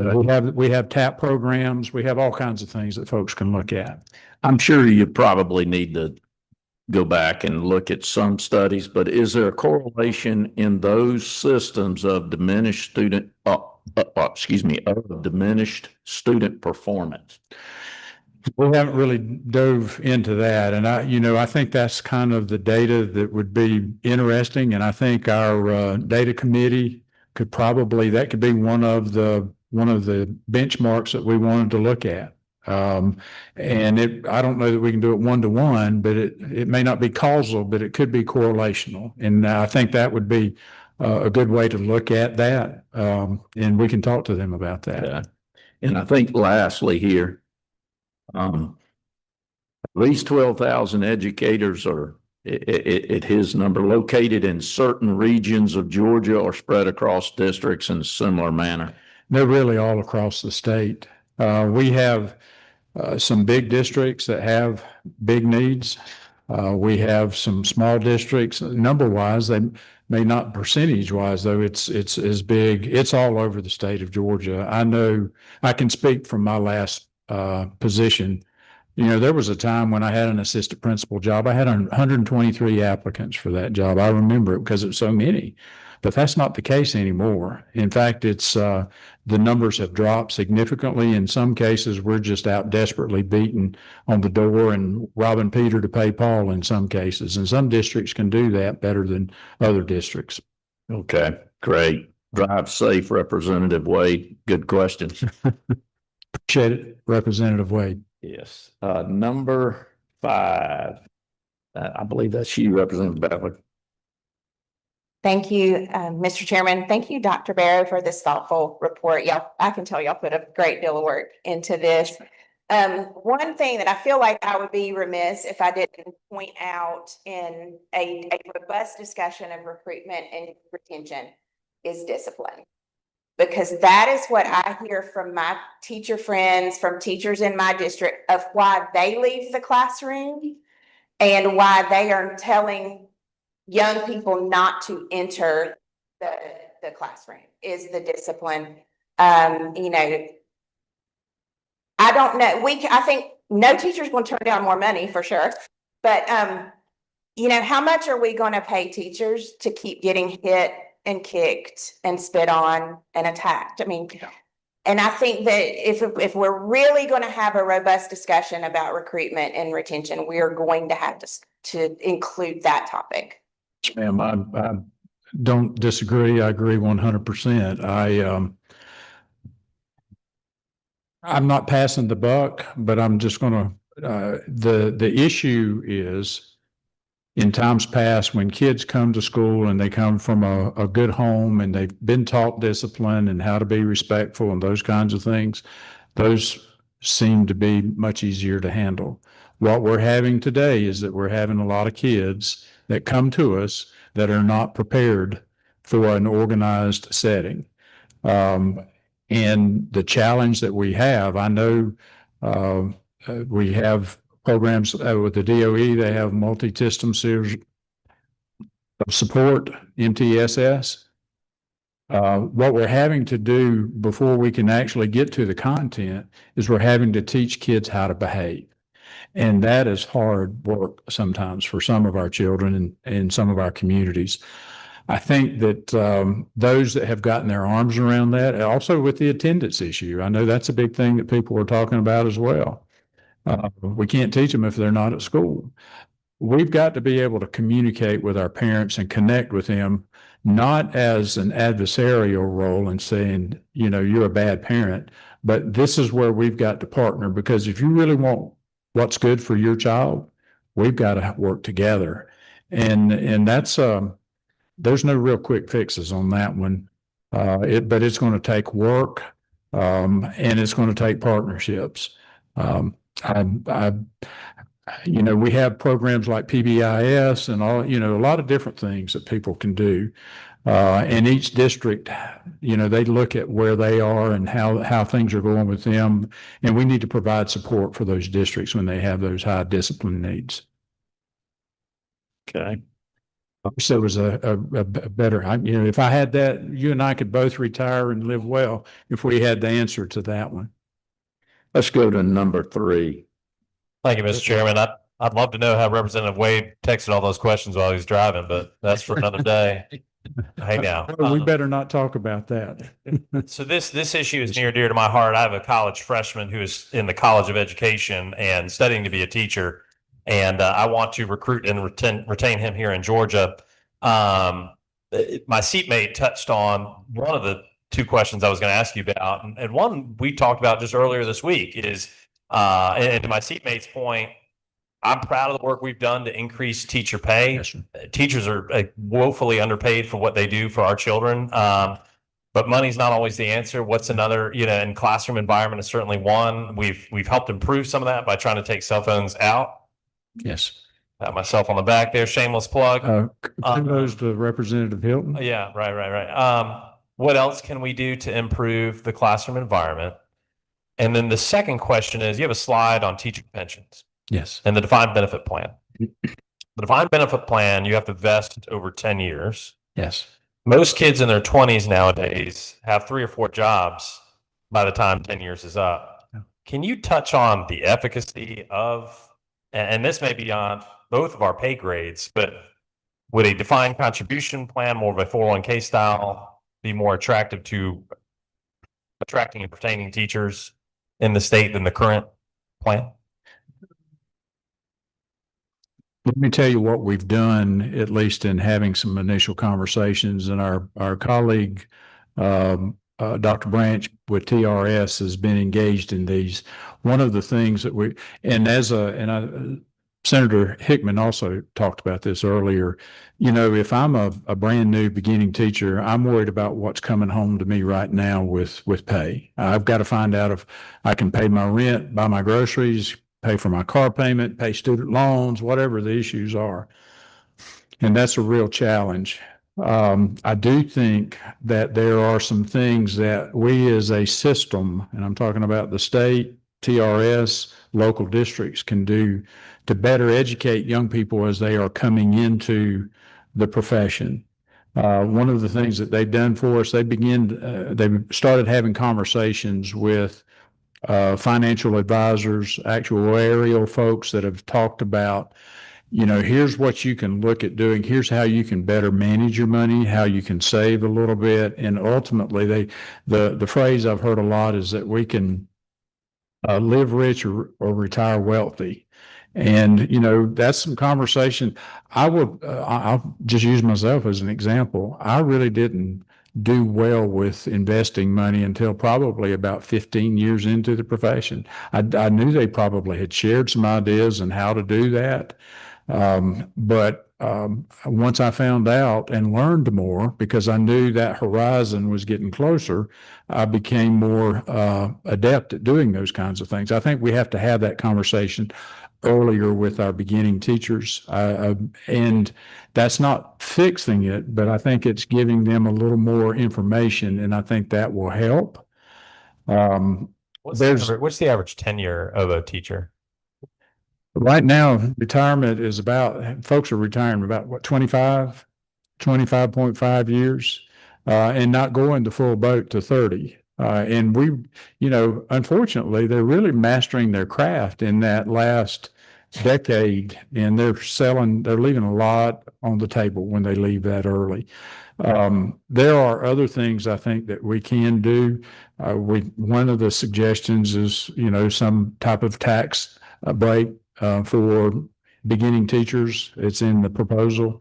That helps a little bit. There are other things that I think that we have to look at as we go forward and educating our educators coming out of school. I wish I had a more definitive thing saying, yes, let's go get this right now. But it's an issue that's going to take a little time for us to make better. Okay, we've got a hard stop in 9 minutes. We have 2 more here that we're going to try to address if we can. Representative Hilton, Representative Wade wanted me to assure you that he is voice texting.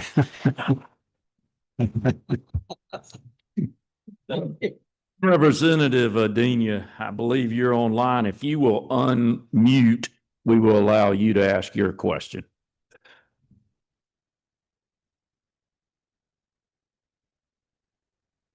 Thank you, Mr. Chair.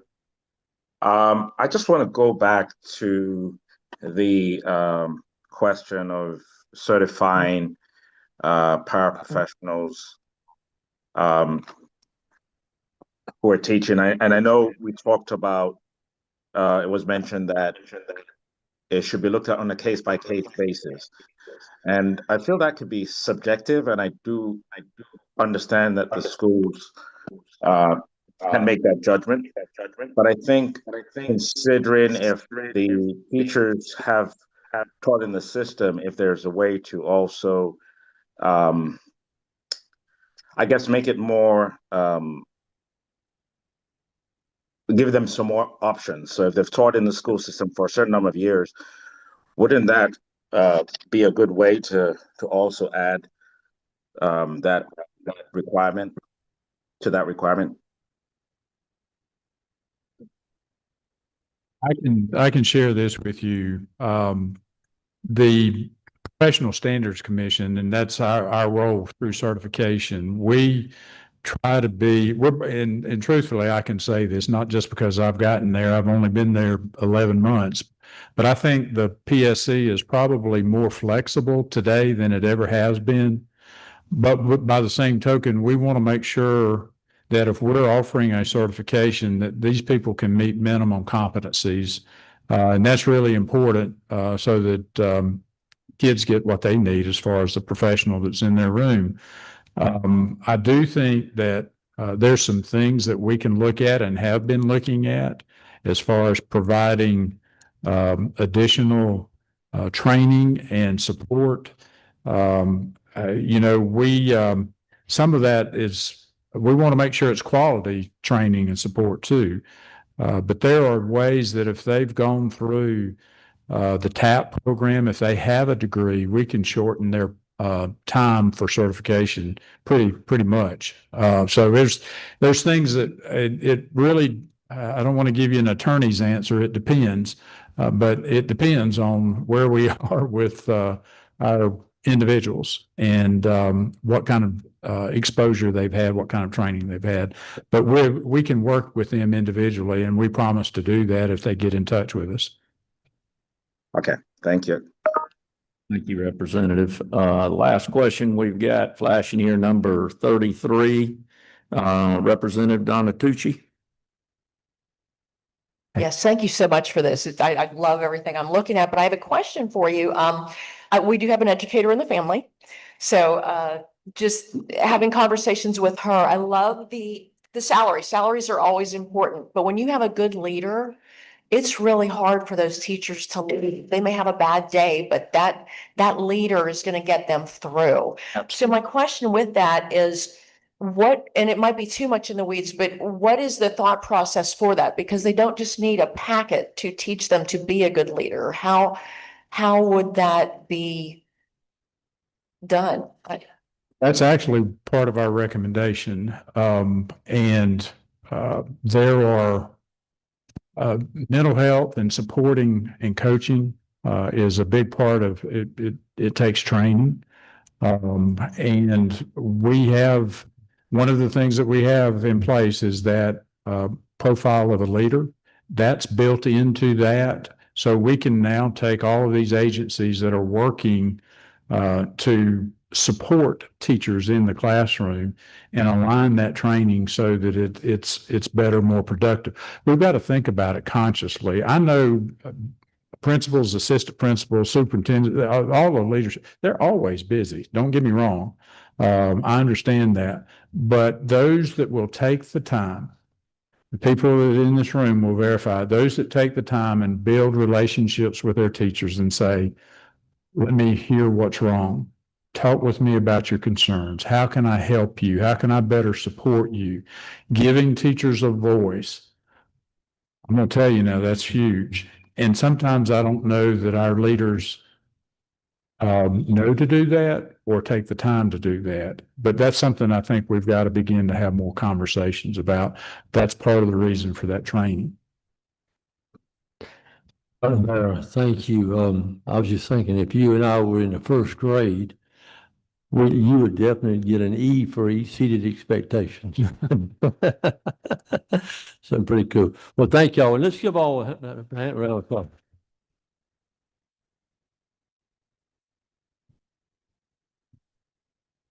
And all of the people that work with Dr. Barrow on this, thank y'all so much. You know, we know this is a again, an ox in a ditch, and I appreciate recognizing that.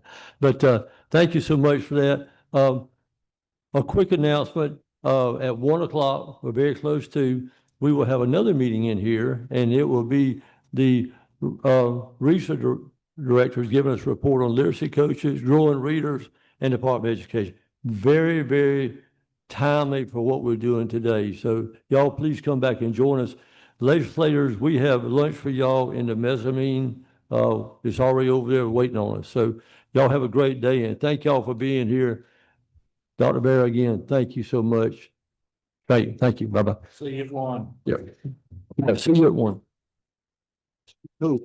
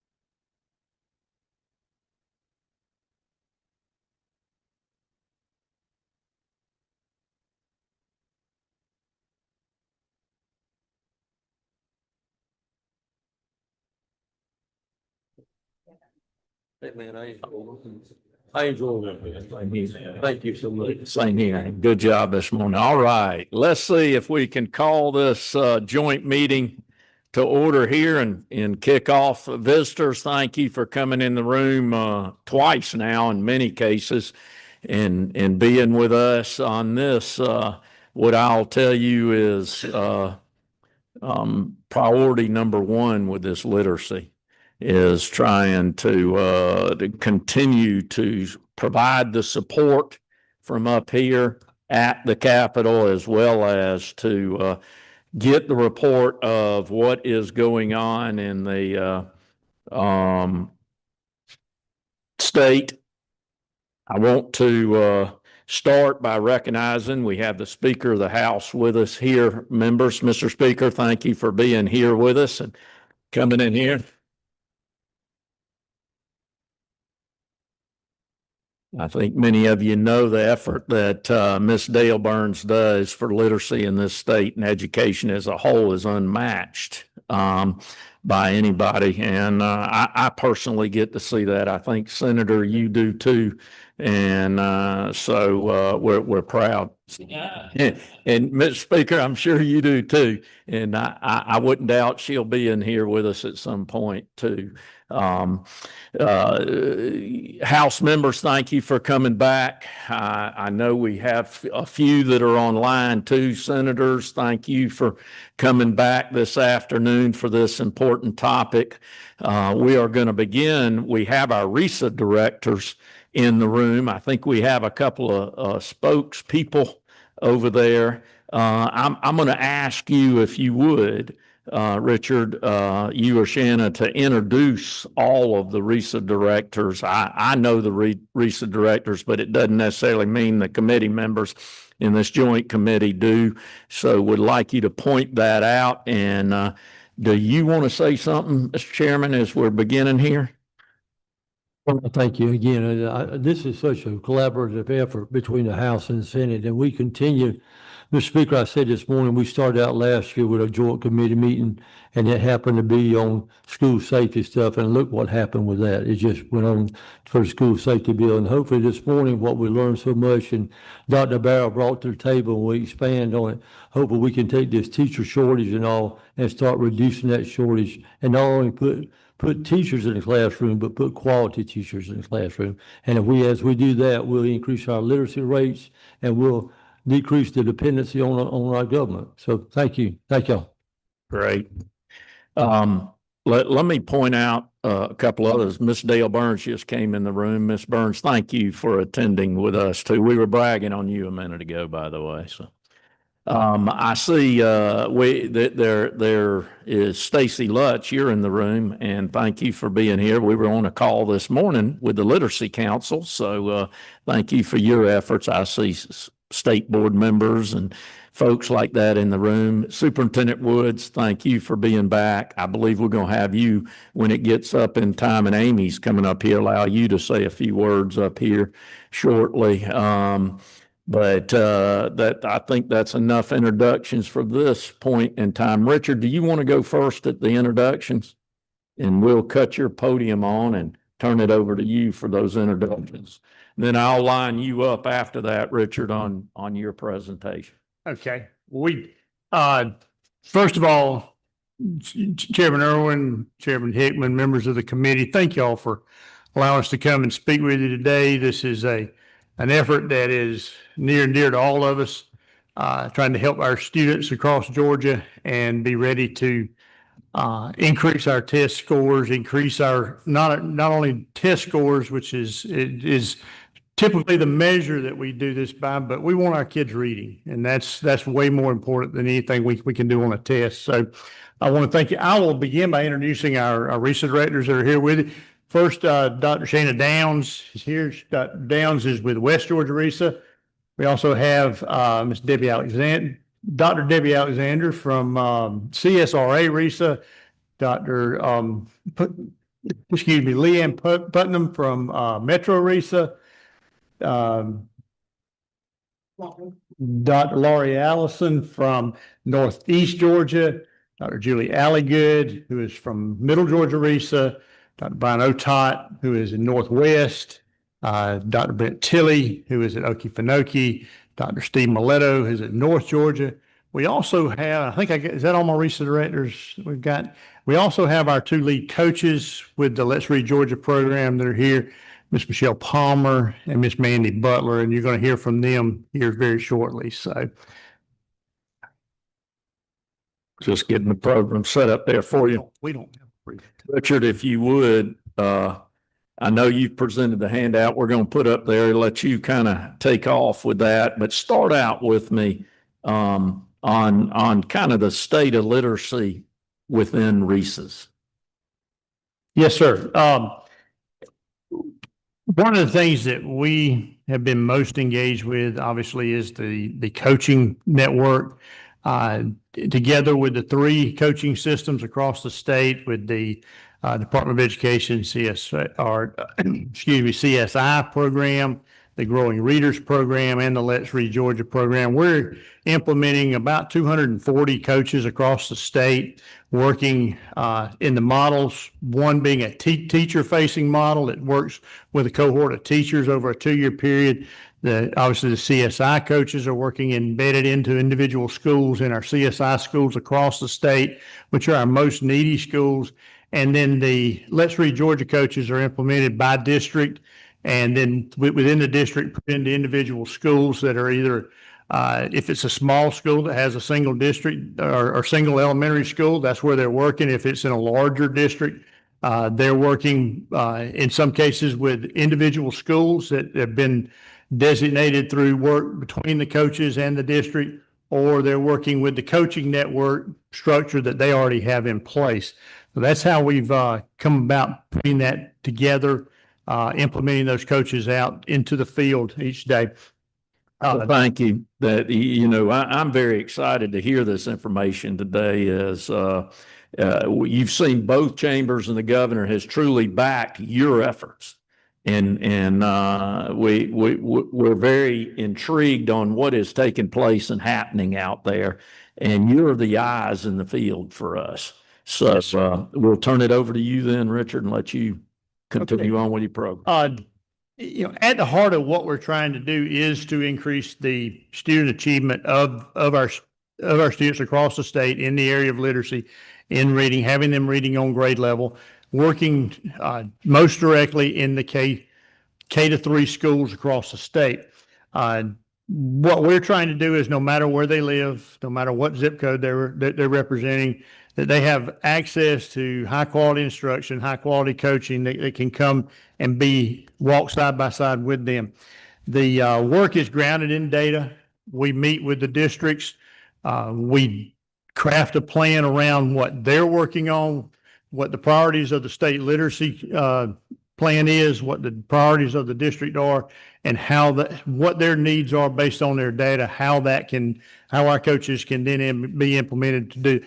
They do that through 3 ways. They do that through professional learning. They lead that in the school level, in the district level. We'd also do regional work that helps with that. They are involved in modeling lessons into the classroom, working directly with those teachers. And then probably most importantly is providing actionable feedback to give them to talk about what's going on, where they can improve, and how we can make that better. We've took your topics that you gave us, Chairman Irwin. We prepared some information to share with you today. And to start us off, Dr. Shana Downs is going to come forward, and she's going to share with you about who these coaches are and how they came to work in our program. Thank you. So to give you a clear picture of our Let's Read Georgia coaches, I have to start at the beginning of the process.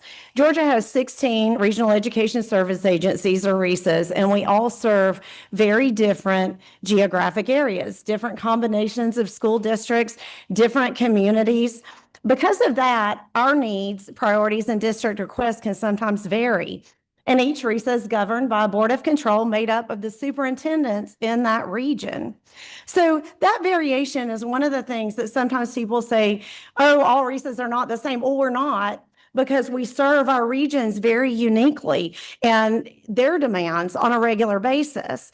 But we have a unique advantage is that we're in touch with all of the individual needs in our regions. And that's precisely why when we knew that this Let's Read Georgia initiative was being launched, we knew that we had to have consistency. Consistency was non-negotiable. This is a statewide project, and it had to be implemented with full fidelity in all 16 regions across our state if we were going to achieve the outcomes that the students in our state deserve. So we needed common expectations, common structures, and common standards for the coaches who would all be doing this transformational work. And to achieve that, the 16 RESA directors came together early and worked as a unified leadership team.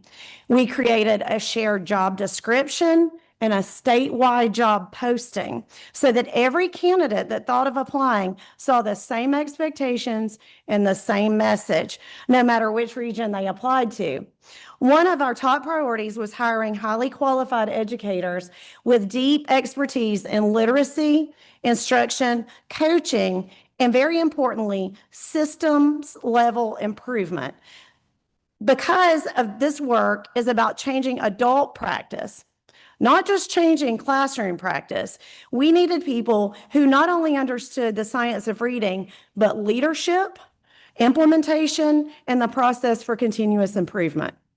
Next, we developed common interview questions to ensure that every RESA was evaluating candidates in the same lens. We went a step further that we created a rubric that went along with those questions so they were all the same at all 16 RESAs. Next, we developed we placed a strong emphasis on systems level thinking, people who could see beyond individual classrooms and work collaboratively with schools, districts, and leaders to build sustainable literacy practices. One of the advantages that RESAs have is that we know our districts extremely well. We know their strengths, their needs, and we often personally know the educators within those districts who have exactly the expertise that we are seeking for positions like this. That was both a strength and a challenge because we wanted the very best coaches for this statewide effort. And we found ourselves recruiting exceptional people who were serving critical roles in our districts. So we knew if we hired them, our districts could feel it. And so I know I can speak from experience. There was a candidate in my region that I knew would make an exceptional Let's Read Georgia coach. But I knew losing her could be a blow to that district. It's a fine line that we walk. So I called that superintendent and I said, we would really, really love to hire this person because she could really reach a lot of people and we know how strong she is. And he said, if she takes the position, her impact will reach far beyond our little school district and she'll be supporting the entire region. So please, we'd be happy for her to join your team. So that kind of commitment from the district leadership made it possible for us to recruit truly outstanding coaches without compromising the trust of those districts that we serve. Because remember, those superintendents are our board of control. So we're keeping that balance.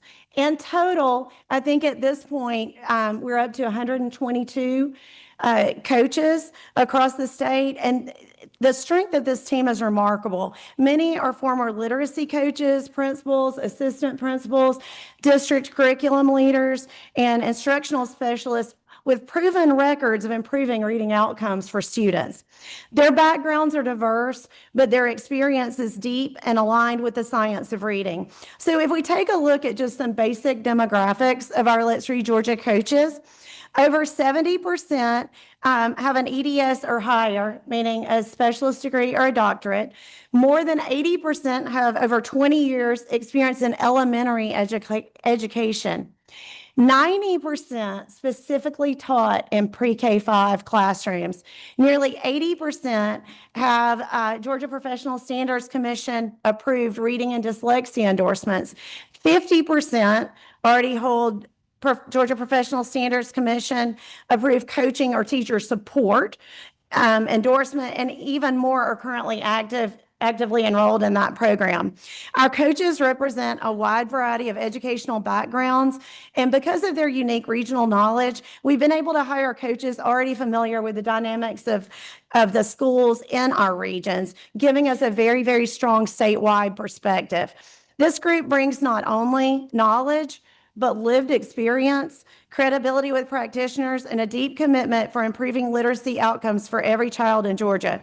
They're the backbone of the implementation for Let's Read Georgia, and we're incredibly proud of this team that we've assembled.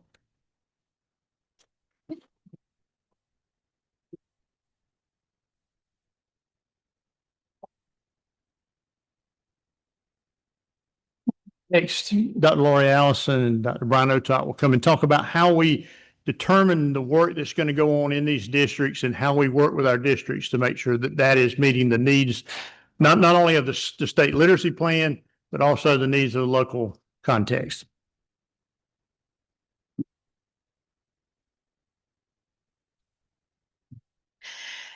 I'm Lori Allison from Northeast RESA.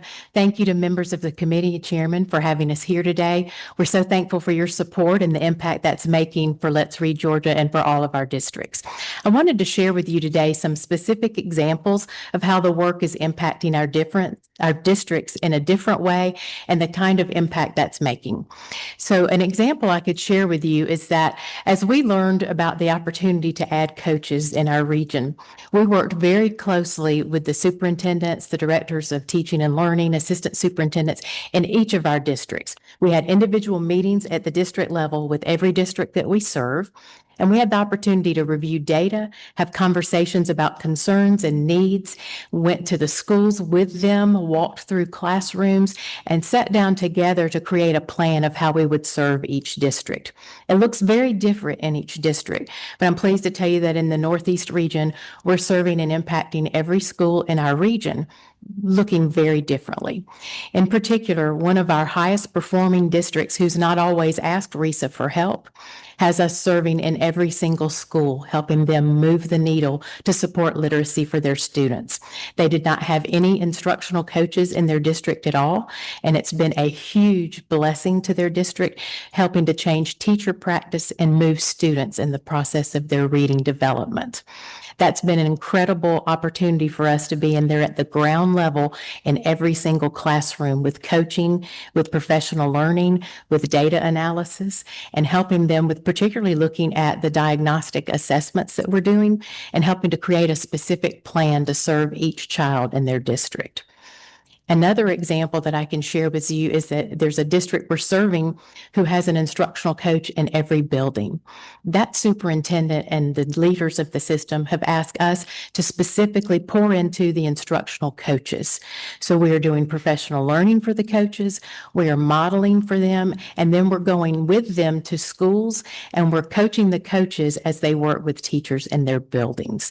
And it's been a phenomenal opportunity to see that we can have an impact at a district level by serving the coaches that are in place and helping them to be better at their practice, at their craft, and therefore changing teacher practice for them. So whether it is at a classroom level or whether it is at a district level, we're seeing tremendous gains for our students, and our superintendents are blessed and extremely proud of the work that we're doing. They're very pleased. Another benefit that's happened is that we are seeing more collaboration between districts. So one of our small rural districts has actually gone with us to another district and has watched the coaching in action, which is what got them on board with the process. You know, whenever you invite people into a school, we're guests in that school as well as leaders, and we want to honor the work that's happening there. And so in one small district, having 4 coaches from that district go with us to a larger district, see the work in action, see the professional learning, see the modeling that's happening, and see the grace and the poise that each of our instructional coaches and Let's Read Georgia coaches have. They're able to see the collaboration and the benefit of that work and seeing the impact for students and seeing that it's not threatening, it is supportive, it's identifying a need, and it's like going to the doctor and having a diagnosis of a need and then getting a prescription for it. They see the benefit and the value of the work that's happening. So it's happening. It looks different everywhere, but it is happening at a grassroots level. And we're really pleased and thankful for the work work and the support that you've given to that. And we intend to continue to see this go at high levels. So I shared 3 examples from the Northeast region, and I wanted to make sure you were able to hear from another RISA director about how it's impacted directly their districts. So Mr. Otot, if you would please come forward. Dr. Otot. Ryan's good. I'd like to start by thanking this committee, the General Assembly, for seeing the true value of supporting literacy initiatives throughout the state of Georgia. Because I think we all know if kids aren't reading and literate, we're not doing our best for all of those kids. And I am from Northwest Georgia RISA. When I think of this initiative, I kind of like I think of my own children. One son's very different than the other. We have 17 districts in Northwest Georgia RISA that are all unique. It's not a one-size-fit-all approach in how we work with those districts, directly to what Dr. Allison was saying. So I wanted to share 3 quick things or 3 stories from our districts, but also talk, when I think about this program, I think 3 words come to my mind. One is trust. I say trust is because RISA's work diligently to establish trust with our districts so that they know when we're there to serve them. Because when you think of RISA, the S is service, and that's what we're here to do. The other is agile. I feel like we're very able to flexibly work with districts where they're at. If we see some adjustments that need to be made along the road, we're agile enough to work with the districts individually to support those, whether that be to accelerate the work that we're doing, or maybe sit back for a second and say, hey, let's look where we're at. Where do we go next? I'm very proud to share a couple of different things that we've done in Northwest Georgia RISA. The first is our smallest school system. They have less than 2,000 students. They're a city school system in very far Northwest Georgia RISA. They don't have literacy coaches. They have a district office of about 2 people because it's so small. So they asked us to come in and actually work side by side to develop a literacy plan for their district. That was based on in-class observations of teachers working along with their PL director to develop really a framework for how they will deploy their literacy initiatives within their district. But we didn't stop with just helping them develop the plan. We now are supporting that plan through direct coaching initiatives within that district. Another district, very similar to Dr. Allison, one of our counties with about 6,000 students in it, they have coaches. But one of the strengths that we can bring to them is coaching those coaches. Because oftentimes you'll find a coach may come from a different background. They may not have the experience that we can bring to them. So we directly work with their coaches, and we also work with their teachers and support those coaches by providing them feedback as well as ideas on how they can move. And the last one is our largest district with nearly 32,000 students. We're actually supporting their deployment of their highly qualified instructional materials in kindergarten. We're on the ground supporting all of their kindergarten teachers, and we're looking to how we're going to scaffold that with them next year as they move that HQIM into 1st grade. So we're very proud of the work that's being done. We're very appreciative of the support of the state of Georgia and of you to really provide RISAs with the opportunity to support our districts. Richard, we're turning it back over to you. All right, well, I'm just going to keep introducing people. As we said at the beginning, the key to this is the people that we put in place.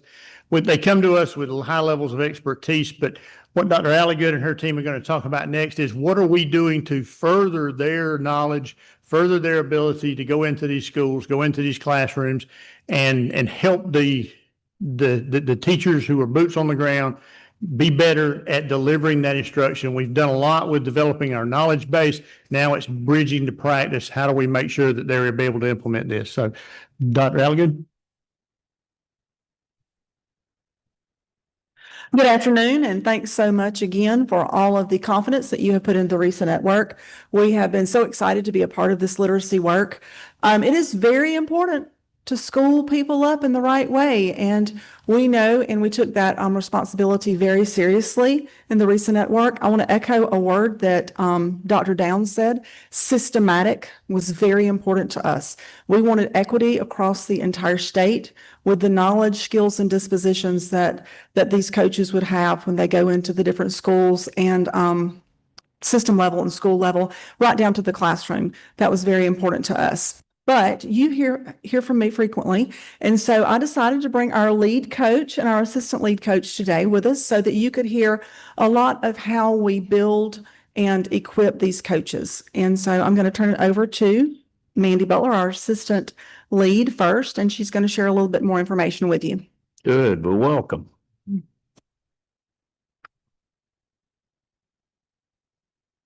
Thank you and good afternoon. So I'm going to talk for just a minute about how we have equipped our coaches. And early on, we put together a design team. And so there are 13 of us who serve on a design team to design high leverage, high quality professional development. Because in the beginning, from the very onset, we knew that we had to provide clarity. We wanted our coaches across the state to be speaking the same language, to have the same understanding around literacy and coaching, and how exactly to move our students forward. So with that, we began with a kickoff initial 2-day, well, actually 3-day session. And we even invited some of you to be our guests. And if you remember, we even sang to you. So we're going to do that again today. No, just kidding. But we really felt like amongst us, it was important that we developed relationships. And that has been very unique because we do make up the RESA network, but we've been able to meet people that we would have never worked alongside with. So that's been unique. We offer quarterly in-person meetings where we come together. And again, that is to focus our efforts on the statewide literacy, science of reading, to make sure that we are supporting our districts in the work. And so, yes, I want to echo what Dr. Downs said as well. Like, we came with a wealth of knowledge, but we also feel strongly about continuing to grow in our profession. So, and keeping those statewide priorities at the forefront. Another thing that we have done since our inception is we have monthly roundtable virtual meetings where we meet to collaborate and share best practices, and that has been very beneficial. We have also had the best opportunities to hear from some experts in the field like Julie Steele, Joelle and Killian. A lot of our work is around the 10 roles of coaching. So we've been trained by Joellen herself. That's been wonderful for us as a team. We have met with Maria Walther and Jenny Donahue. We've heard from Jan Miller-Birkins. And also just recently, we were able to work 2 days with Myron Dewick all the way from Canada, who really taught us a lot about teaching adult learners and the power of a good presentation. So we're continuing the work, but we're also continuing to grow ourselves in the process. Good. Thank you for this opportunity. Thank you. Good afternoon. Thank you again for the opportunity to be able to speak to you all today about the wonderful work that's going on with Let's Read Georgia. My name is Michelle Palmer. I'm the lead coach. I have the honor of being the lead coach for Let's Read Georgia. And since our inception, we wanted to make sure, because all of our coaches were coming to us with varied experiences, varied degrees, we wanted to make sure that there was a standard set for what is the knowledge, the skills, and the dispositions that we wanted to ensure that all of our coaches have. And so when coaches come on to the Let's Read Georgia program, they complete a micro-credential. And that micro-credential is in 3 parts. The first part of that micro-credential is a knowledge assessment. So we want to make sure that they are knowledgeable in the science of reading and structured literacy, the instructional routines that go along with that. And so they take an assessment to make sure that their knowledge is where we want it. The second part of that are 2 performance-based assessments. And so the first performance-based assessment is they video themselves facilitating a professional learning session with teachers. They take us through the planning process for that, through documents that they have to fill out, and then they video themselves actually facilitating that professional learning. They reflect on that video themselves. They send that video to myself, and then I give them feedback to help grow them in their presentation skills. The second part of that performance assessment is they actually work one-on-one with either a coach that they're working with or a teacher that they're working with, and they take that coach or teacher through a coaching cycle. That means that they have a pre-conference with that coach, or teacher, which they video, where they look at data and they set a goal for the next 3 to 4 weeks of what they want students to accomplish, and then what they want to accomplish themselves as teachers and coaches.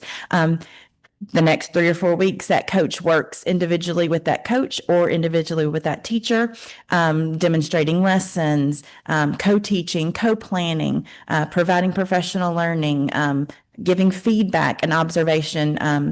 And then they have a post-conference at the end of those 3 to 4 weeks. They video that as well. And during that post-conference, they are talking with that coach or with that teacher. Did we accomplish our goal? Did we get close to accomplishing our goal? What worked? What didn't work? How might your instruction change from now on out since we've been through this cycle together? They send me both of those videos, and I provide them feedback on how they interacted with that coach or how they interacted with that teacher, hopefully helping to move their practice along as a Let's Read Georgia coach as well. I am currently part of the Literacy Coaching Competency Committee, LCCC, and the Competency Task Force. So while this micro-credential is not solely Let's Read Georgia, Growing Readers also takes their coaches through this micro-credential, and the Structured Literacy CSI coaches also go through this micro-credential as well. So it's something that's unified across all 3 of our coaching systems in the state of Georgia. However, we feel like as the Competency Task Force and the Literacy Coaching Competency Committee, we feel that there needs to be a valid and reliable assessment. And so we're working to create one as a new one as well. And so Stacy, she is heading up that efforts. And so we are currently in the work of doing that as well. And then lastly, I wanted to talk a little bit about my role as lead coach. Part of the things that I do to help grow our Let's Read Georgia coaches and to continually equip them with the knowledge, skills, and dispositions that they need is I travel all over the state and I coach them. So all of these things that we're saying that they do with our coaches and our teachers, I do the same. If there's something that they need me to demonstrate or model, I do that as well. If I need to take them through a coaching cycle, I can do that. I can provide observation and feedback to those coaches, and I do that on a continuous basis. Another thing that helps our coaches know what to do when they go into the schools and into the districts is that comprehensive planning guide that they start out with from the very beginning. They meet with district leaders, they meet with school leaders, they look at the district plan, the district improvement plan, the school improvement plan, and they forge out a path for what is the work going to look like in your school on a monthly, on a daily basis. They turn that comprehensive plan into me, and I look through that and I meet with them 3 times a year. The Let's Read Georgia coaches, I meet with them 3 times a year to go over that plan, to say, how is that plan going? Were there changes that needed to be made? It's a living document, so they add to it or change it throughout the year. And so we meet 3 times a year, and I ask them about their goals, how they're reaching those goals. I ask them about that comprehensive plan and how that work is going so that we can continue to move forward and not stagnate in our work. And so I thank you again for allowing me to speak. Before you step down, let me ask a question. I'll take the liberty up here of doing that with you at the podium. Let's just say you're working with somebody and it isn't getting the accomplishment you want. Who do you turn to? I turn to my 4 lead RESA directors. So Dr. Alligood, Mr. Smith, Dr. Alexander, and Miss Allison. Sort of, while all the RESA directors are involved, those 4 are kind of, I guess, the lead subcommittee for that, for the Let's Read Georgia project. And so I turn to them for advice. on how to proceed with that. Is there ever any conversation, and Julie, this could be a question for you with Amy Denty or Stacy Lutz, any of those? We have a lot of conversation every month, don't we? We do. Okay. I think that's been an added benefit of having the opportunity to serve on the Literacy Coaching Competency Committee and also the Competency Task Force, is the opportunity to talk with Amy and to talk with Stacy on a monthly, if not more, basis. Great. Well, we're just, it's important to me to have a sisterhood and a brotherhood in this effort. And Absolutely. that's what generated the questions. Well, thank you very much. Thank you. To frame all that up, I'm super excited that we hired the lead and have the assistant lead position this year, because professional learning is really not professional learning until you can be assured that the learning has taken place. And so that takes a great deal of overseeing, and those conversations that Michelle was talking about that, you know, as an executive director, I mean, I can do that in my region, but having somebody to keep that systematically moving forward has been a wonderful piece. And the last thing I'm going to say before I leave, y'all know I couldn't leave without saying it. We twine all this up with a little fun. Fun is really not the ugly 4-letter word or 3-letter word. You know, it's not. We have got to get back to the fact that school should be a place where people want to go. And I don't just mean the children, I mean the adults. We have a very heavy lift. Dr. Bubba Longrear yesterday at the Literacy Council meeting was talking about how literacy is second only to safety. It's very important. It's a heavy lift.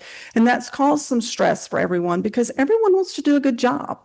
But we're twining that up with engagement and fun. And we're really trying to keep some of that at the forefront because we wanted to keep those teachers in the classroom. So we hope that we're feeding into some of that pipeline work you all are doing too. So, and I just didn't want to leave the podium without saying that because I do think that that's where we should all be.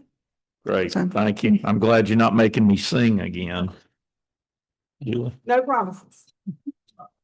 A second, we've got, Chairman, you want to? Richard, just tell me this, have y'all, and I expect y'all to be very honest with and straightforward with us. So have y'all received any pushback at all from any school districts, any superintendents, any principals, any of that? I mean, that straight. And if you Yes, have, to be honest, we have a handful of systems across the state that, you know, they're just not, and I don't want to depict them that they're just sitting back not doing anything, but they've got good plans in place and they're doing good work and they haven't been, have basically said that, you know, they don't need our support to the level that some others do. With the number of coaches that we have and the number of systems that we're serving, it's sort of the RESA way. We help those who really want our help and will engage with us. And that's kind of where we've concentrated our efforts. Now, I've got one district in First District that has been less engaged in this work with us. They're doing some really good things in their district. We check with them. I talk with their superintendent every month and say, you know, when you're ready, bring us on board. We're glad to help with anything. And we have begun to do a few things in there. But, you know, there's plenty of work to go around and there's plenty of work to be done. All of these systems are doing good things in these places that they're at. But, you know, yes, sir, there are a few places that maybe, and pushback may be a wrong word or a strong word, but they have not been as engaged as some of the others. Some of them are begging to send them here every day. That's, you know, so it's one extreme to the other. so those that you got pushbacks on, have y'all gone back and looked at what the literacy rates were in 2019 prior to COVID and determined that these are troubled systems or if anything like that? I can speak to the one that I'm most familiar with. They're not necessarily a low performing system. You know, I think we can all do better, but you know, can they be better? Obviously, yes, but they're not a low performing system. No, sir. Okay, thank you. Okay. And next, we're going to talk about the coaching and action and how we embed them in the schools with the keys of building capacity and sustainability so that the schools then can continue to help themselves, you know, even when our coach is not directly in the building with them. So with that said, Dr. Leanne Putnam, and Dr. Debbie Alexander. Good afternoon, everyone. It's wonderful to be here with you. And like my colleagues, I want to echo them in saying thank you so much for your faith in us and bestowing the funding on us. I'll tell you that last year, our first year in this work, in Metro RESA, in our 12 systems, we have 473 elementary schools. And so we had 5 coaches. And do the math there. And that's pretty tough to cover. But we got our feet wet, right? And we got in there and we started working and we started showing people the quality of our coaches, which I know Shanna addressed earlier, the qualifications that they have, the training that they have, some brilliant minds that we have doing this work. And so we were thrilled to have 5 to go out and start working. This year, we were very blessed to increase that to 14 coaches. And we still have more work than we could possibly shake a stick at, as my mama would say over in Alabama. So we are just grateful, though, to be able to increase the number of coaches and serve more schools in the capacity in which we're working. As Richard said, we wanted to share a little bit about what coaches are doing. What are they actually busy doing in the schools and systems in which they are located? And for us in Metro, like I said, with 473 elementary schools, but also with a lot of districts who long before our legislation came along were deeply embedded in literacy work, had invested a lot of money, especially a lot of the ESSER dollars that came along in things like letters training at Orton Gillingham. I know many of you have heard from some of our wonderful leaders in Metro, like Dr. Grant Rivera in Marietta City, Dr. Mike Looney in Fulton County, who have really invested a lot of money and time and energy in training teachers across their districts and some of these wonderful strategies that we know work. And so in Metro, what that looks like for us is a little bit different. And that's why my colleague Debbie here is going to share with you a little bit about what it looks like at CSRA RESA on the eastern side of the state. But in Metro, our goal, of course, is to provide job embedded and that face-to-face support for teachers.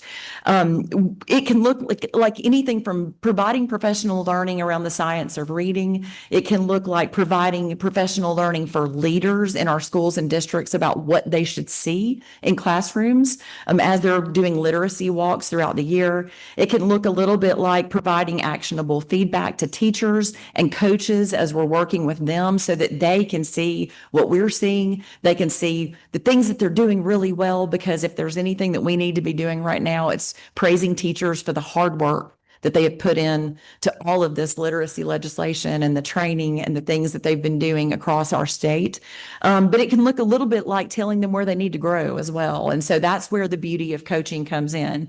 We know in the education world, we know that research says that you can sit in a professional learning opportunity all day long, but if there's not coaching to back it up, it's not going to stick. And you're not going to see it trickle down to teachers. And that's where, again, we're so lucky to have our Let's Read Georgia coaches to make sure that the professional learning, not only that they're getting in their districts and from other vendor partners, like, again, Letters or Alexia or someone like that, that we're able to take a look at those things as well. In Metro, again, we're able to work with our district partners, ask them, what is it that you're already doing? Where have you invested a lot of time and energy into training and your own coaching support? And how can we lean into that with you? While we're certainly not a coach for those vendor partners, we know that good coaching and good literacy strategies can come from a lot of different places. And so we can lean into that as well with them. And they've really appreciated that help. Senator Hickman, you mentioned having pushback. I would say we have not gotten pushback. What we have seen is that in our first year, people sat back a little bit, and they did this number and kind of wondered what we were going to bring to the table. I think this year, our biggest issue has been, now, how many days did you say that you could come? We're trying to get in there even more and more because they've seen the value of that, because they've seen the value in what we're able to do, and especially across Metro, where we're already deeply embedded in a lot of literacy work and have been for years. We're able to support them in the things that they're already doing, but also bringing a lot more to the table so that we're able to provide other professional learning opportunities, especially for coaches. Because again, with the great number of schools that we have and 14 coaches, we quite often are working with those coaches. Sometimes that's in the classroom with a teacher. Sometimes that is at a district-wide meeting, providing support for them. Sometimes it is RISA-wide, providing support for them. But as my colleague said, I believe Julie said as well, our Let's Read Georgia coaches work hand in hand with our ELA specialists at Metro RISA. They work hand in hand with our growing reader specialists. They work hand in hand with our CSI coaches from our DOE partners. We want to make sure that we are good partners and that we're spreading the same message across the state, no matter what agency they're getting it from. And so at Metro, we're very careful that we're all on the same page, internally, but also with our external partners like DOE. I want to give Debbie a few minutes to talk about what that looks like at CSRO. And thank you for allowing me to come and inviting us back again this year to share. It's been a great year, and adding those coaches has really made all the difference at CSRA RISA. And we do just call it CSRA for anybody who's familiar with the area, because when you tell people that stands for Central Savannah River area, they automatically think we're in Savannah, but we're up the Savannah River out of the Augusta region, so the east region of Georgia near Augusta. But in our district, we serve 11 districts and 2 state charter schools as part of this initiative. And with the coaches that we've been able to have, because I do have a few 49% coaches, along with some full-time coaches we actually, I think, earned like 7, but we actually have 10 coaches. And that allowed every district to have their own coach. Most of our coaches that are in the rural area, because out of our 78,000 students, 60,000 of those are in Richmond and Columbia. The rest, and we've got tiny little Tolliver County with probably less than 200 students, Warren with less than 700 students. So at some of those elementary schools, just a few hundred students. But as was already mentioned, that also means less support staff. So our coaches really work alongside, again, in those large districts. I'm happy to say, like Columbia, they haven't needed us as much. They have a very strong instructional program, but they embraced our coaches and really, even at their launch of the school year, introduced our coach as their regional literacy coach and had them as part of their administrators meeting right from the start.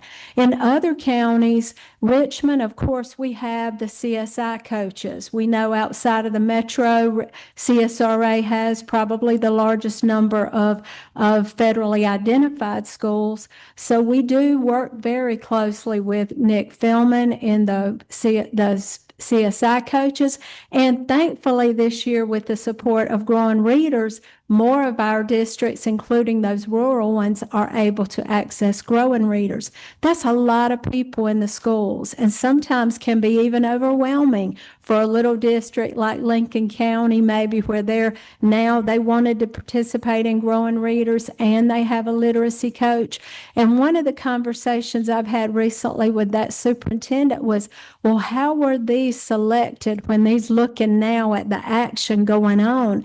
We worked side by side with that principal. They didn't have a specific curriculum director or a district literacy coach or a coaching program. They had coaches in their school, but that principal walked side by side with our coaches, same in most of those rural places or in those charter schools, where our coaches are really saying, where is the need? What classroom? Doing those classroom observations that have been mentioned, working alongside sometimes even a novice coach, sometimes that teacher who was really great elementary reading teacher, but now I'm teaching adults. That's different. That first time I step outside my classroom and see that everyone doesn't have the same knowledge I do, or maybe they are even in a non-traditional program, learning on the job. Our coaches have been able to support the high-quality instructional materials by going to that professional learning with their teachers in that district. And then right now, in many of the cases, they're sitting down helping them align those new curricula with the new ELA standards and really bringing that to how it should look in the classroom to ensure students are readers and to get the outcomes that we want to see in Georgia. So I'm really excited about what we've been able to see in both our large districts and those rural, because some of them had no instructional coaches, and principals and leaders, as much as we want to say as a principal, I might can coach my teachers, it's a very fine line between evaluation and coaching, and it's tough to do. And with all the things that happen, it's great when you have those extra hands. And we're just seeing really great work. I'm hearing great feedback about the individual coaches that were hired. And again, just working alongside, again, growing readers and the CSI coaches in the CSRA is just really, we're expecting to see the results. It may take time. I'm a flywheel person, but we've got to get on that right path and continue to do it. But I believe we'll be seeing those gains as our teachers are learning and our students will get the best high quality education and really become proficient readers. So thank you for letting me share a little bit about the CSRA. If y'all would stay up at the podium for a minute, let me interrupt here, Richard, if I can. I'm going to ask because we have these two. One, I guess Metro Atlanta, you're the largest RESA as far as student population and number of schools, correct? Yes. Give me, and you went to 14, you said, of coaches with you now, 472 or something, elementary schools. What's the face-to-face contact of your coach with a teacher in a classroom? In Metro, again, because of the size and the sheer number of schools, we've worked with our districts to say, where do you need us? Where would you like us to be? Many times we are working directly with coaches and we're supporting coaches. Sometimes that is directly in a classroom with teachers, but sometimes that is supporting the coaches at the district level. It depends on the district. As we've said, we have tailored it to what the district's needs are. We're doing everything from creating online modules for the coaches to have, for professional learning to deliver to teachers themselves. Sometimes that is face-to-face with teachers and providing feedback to teachers. Our coaches are right there alongside the district coach. And sometimes it's us really, again, focusing on the coaches themselves and trying to build sustainability so that those coaches are very well equipped to walk in and do the same sort of work that we would do when we're not able to cover the sheer number of schools that we have. But it can be teacher facing, but in Metro, it's probably going to be more coach facing training that we're doing, while providing side-by-side support with that coach, which can also be in the classroom as well. Gotcha. How about with the Savannah River? And I would echo what Leanne is saying. However, because in those 9 districts that are small, we've been able to say each coach has 2 schools. So they are face-to-face teachers several days a week, several days throughout the month. And again, Richmond and Columbia. Richmond, because they had a pretty strong coaching system, plus they had CSI coaches, they had growing readers coaches and their own coaching, which tends to be instructional coaching, meaning a coach might have to do math and literacy and support all the teachers in their school. We really walked with those. Our coach that's assigned there walks with them, and they've identified several schools that really didn't have the support they needed and in order to be successful, because we knew, again, CSI schools or growing readers schools had that additional support, but some of their schools that did not even have maybe a district coach, or maybe a district coach is new, and they need that support. So they've identified a few schools so that that coach can be teacher facing. In Columbia, a little different. However, just in the last month, Columbia has identified a couple of schools after our coach has walked with the coaching leaders from the district. They've been able to even identify a couple of schools that they're saying, we want these to be your schools. So that, again, even there, it is often teacher facing, but pretty much the work, again, around professional learning, around coaching for those coaches, and then even just supporting literacy in general, the science of reading, professional learning. So I would echo, again, a lot of the work that's been shared today that our coaches are able to do. Go ahead.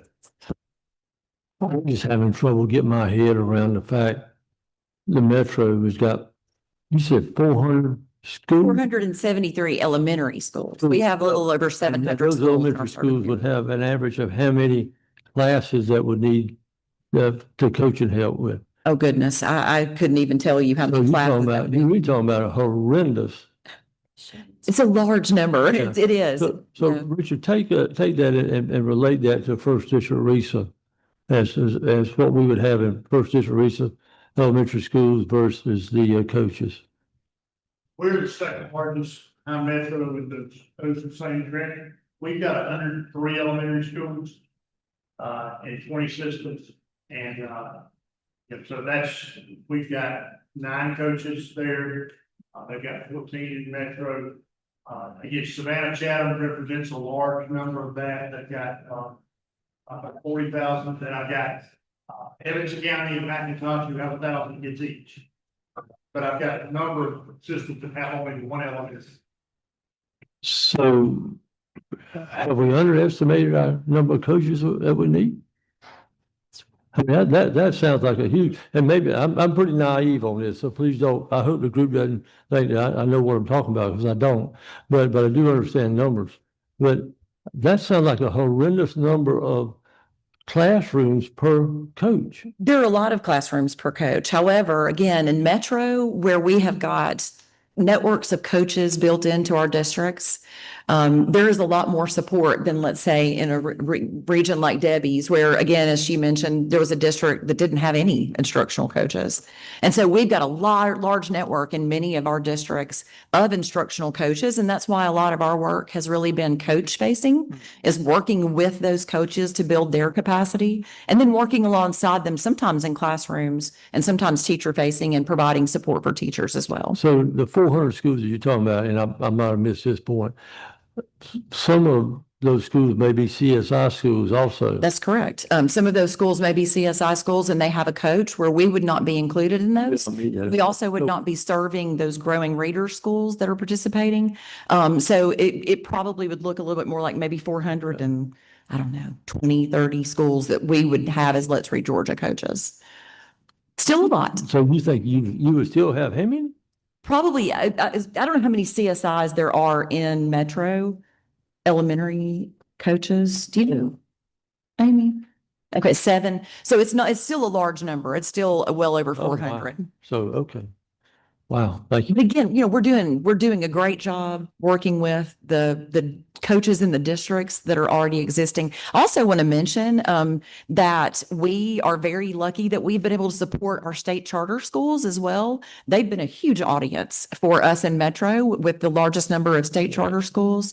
They've been very, very receptive to the help that we've been able to provide, and we've been very happy to be able to support that network as well. So based on that number of schools and that number of coaches, say 400 schools, how many teachers have y'all been able to reach during that period of time? And I don't know the specific number of teachers. I can pull that information for you and send it to you for sure. Okay, thank you. Okay.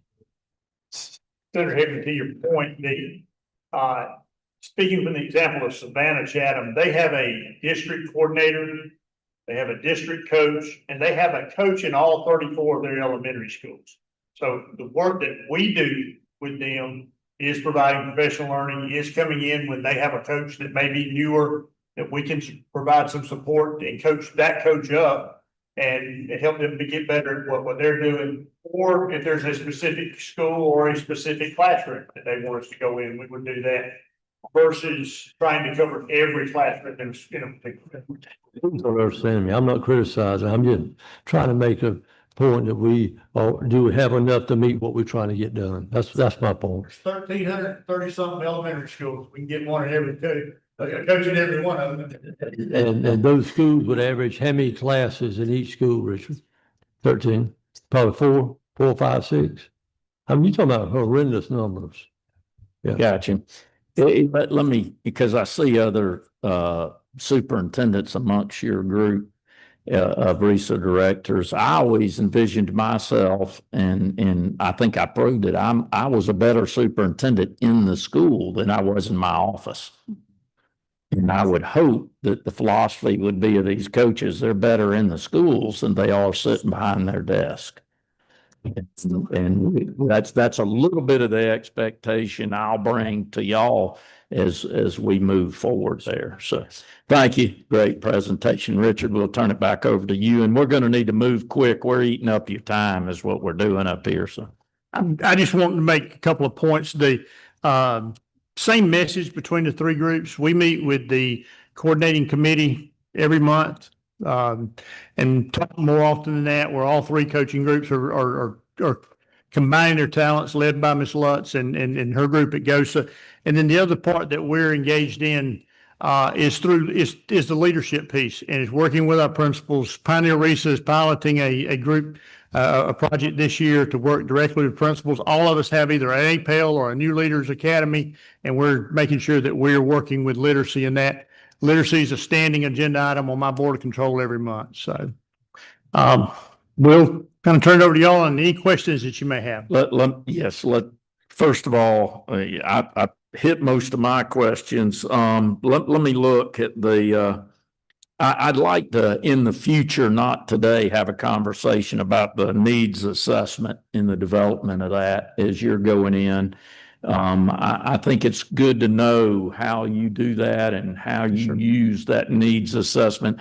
I see it on your sheet, and that hits. Members, let's start. Senator Payne, I believe. Question. Thank you, Mr. Chairman.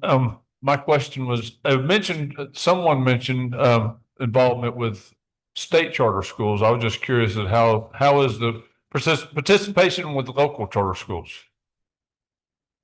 Leanne, was that you? Push your button. We'll train you how we do it. Push that button right there, and I'll cut you on there. Right. Uneducated in the ways of. There you go. the We poor. got you. Thank you so much. We've had a great reception from our state and local charter schools. We probably are working face to face with teachers more in those schools because they're smaller number. But certainly they have absolutely welcomed us with open arms, and we've provided a lot of support for them because they don't have that district support network quite often to support them in their efforts and professional learning and coaching. So we've had a great reception by that group. Thank you. I was just curious. Dalton State just created the first local charter in over 10 years. Okay. And they're big supporters of growing tomorrow's educators as well as nurses. And so that's why I was just curious how. Absolutely. Great question, Senator. Number 6, is that you, Representative Townsend? Just real quick, I just want to say thank you. I think what you did was set the process first and then really hit the classrooms. And as Chairman Irwin said, I couldn't say it better myself. They belong in the classroom as much as they can, or teaching the teacher, or teaching the coach. And once that happens, that's when learning happens. And so I really appreciate it. We do have to find out long-term, Chairman Hickman, what you kind of mentioned, the schools that are really not complying with the law, really don't want to. Their scores are super high. We understand that. If they're still low and deciding not to follow the suit, then we do need to look at that as well. Hopefully all that data is coming to fruition and we can follow up on that. Thank you, Representative. All right, Chairman, we're going to move on then on the agenda. If you don't have anything, other questions, I believe next on the agenda was Kathy, are you up? I believe you are. Would you come to the podium here, Kathy Matthews, and introduce yourself, and we'll tell them about your program first, and then go into the questions we've asked you. Which one? With this one? Yes, ma'am. I'm going to echo what all of the directors said. Thank you so much for everything that you're doing to support literacy in the state of Georgia. It makes me proud to have representatives and senators who are doing this very, very important work. And I'd also like to tell you who I am and then a little story. My name is Kathy Matthews, and I am the Growing Reader System Manager. And I am so blessed to work with all of these directors that you heard from today. They are the brightest and best in our state, and I am so proud to be a part of this work. When I was 42 years old, 20 years into education, I told Leanne Putman that when or if I ever grew up, I wanted to work for ERISA. It is a wonderful place to work, and I am so proud to be a part of such a fine group of educators. So thank you for having me today. I do want to talk about growing readers and tell you that everything about growing readers is based on a partnership approach. In 2015, Growing Readers became a little idea based on Martha Ann Todd from the Governor's Office of Student Achievement. She asked the ERISA directors to take on this project and work with teachers in Georgia to improve outcomes for our readers.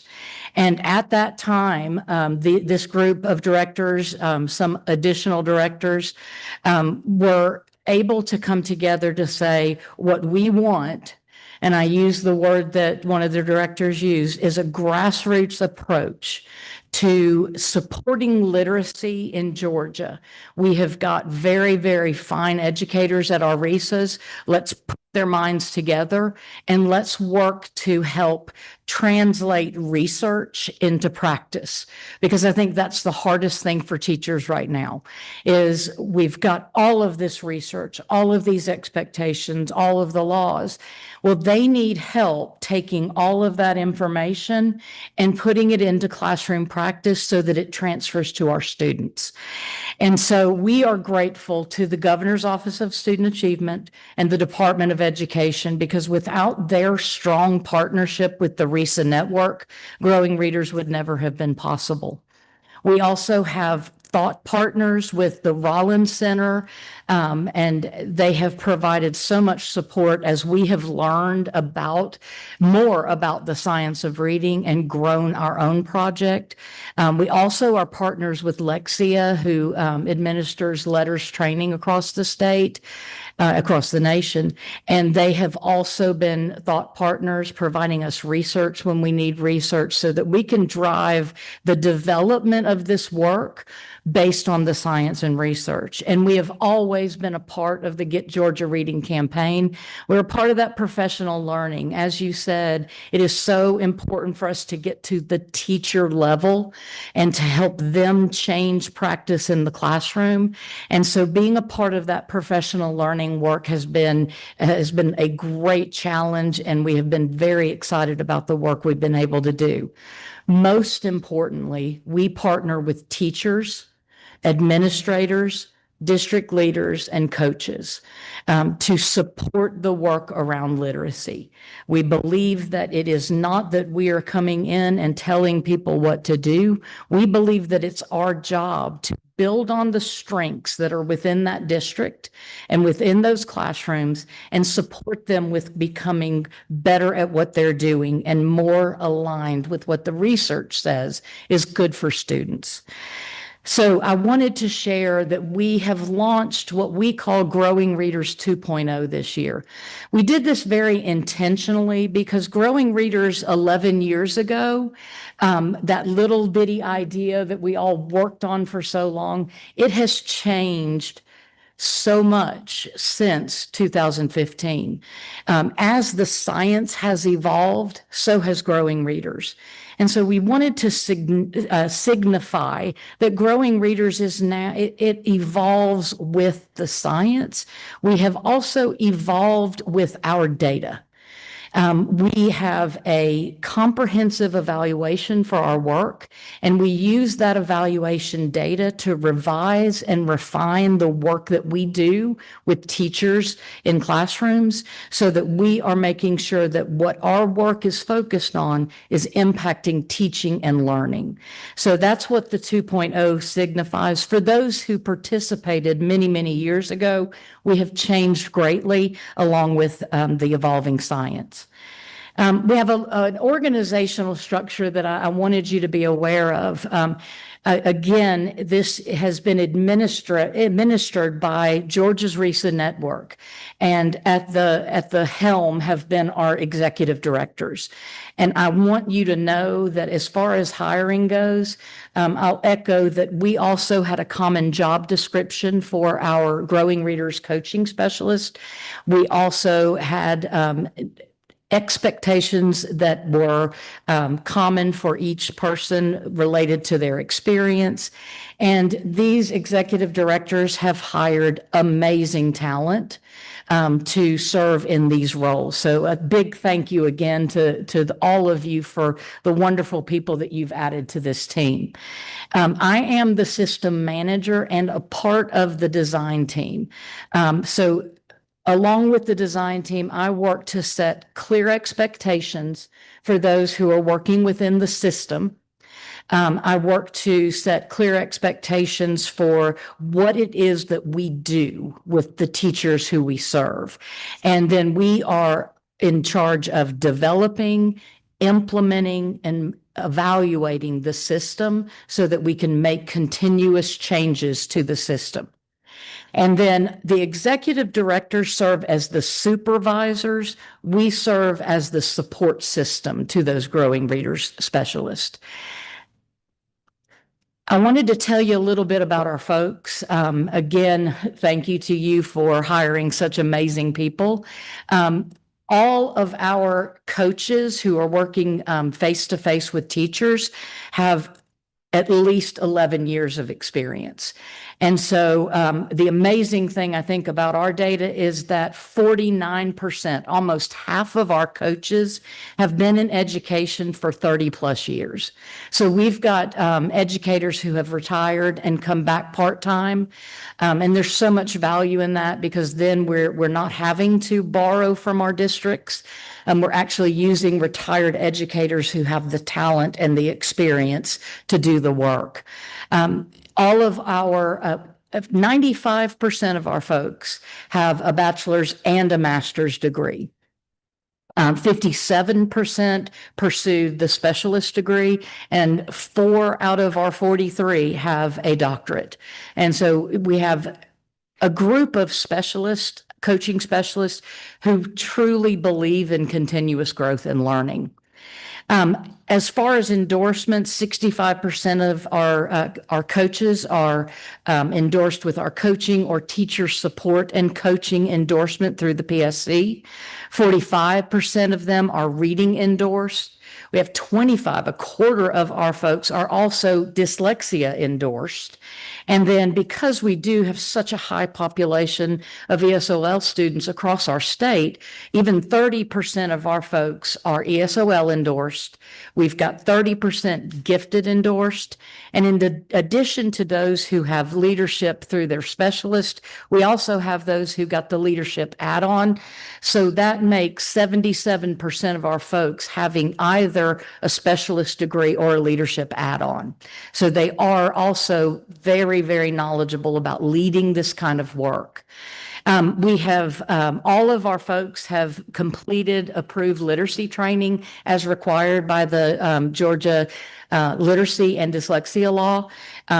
34 out of 43 got it through either the Georgia Literacy Academy through the Department of Education or Cox Campus modules.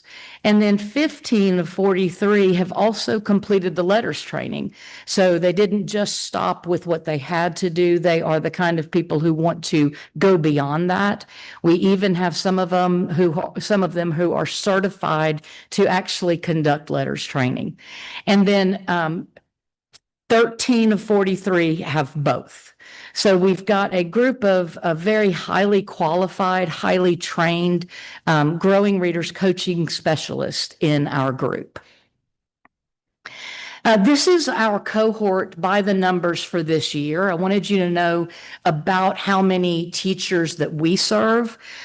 Growing Readers is much more intensive and it is very teacher facing for the most part. And so we do have a smaller caseload for each of our coaching specialists. We are serving 680 teachers directly in classrooms.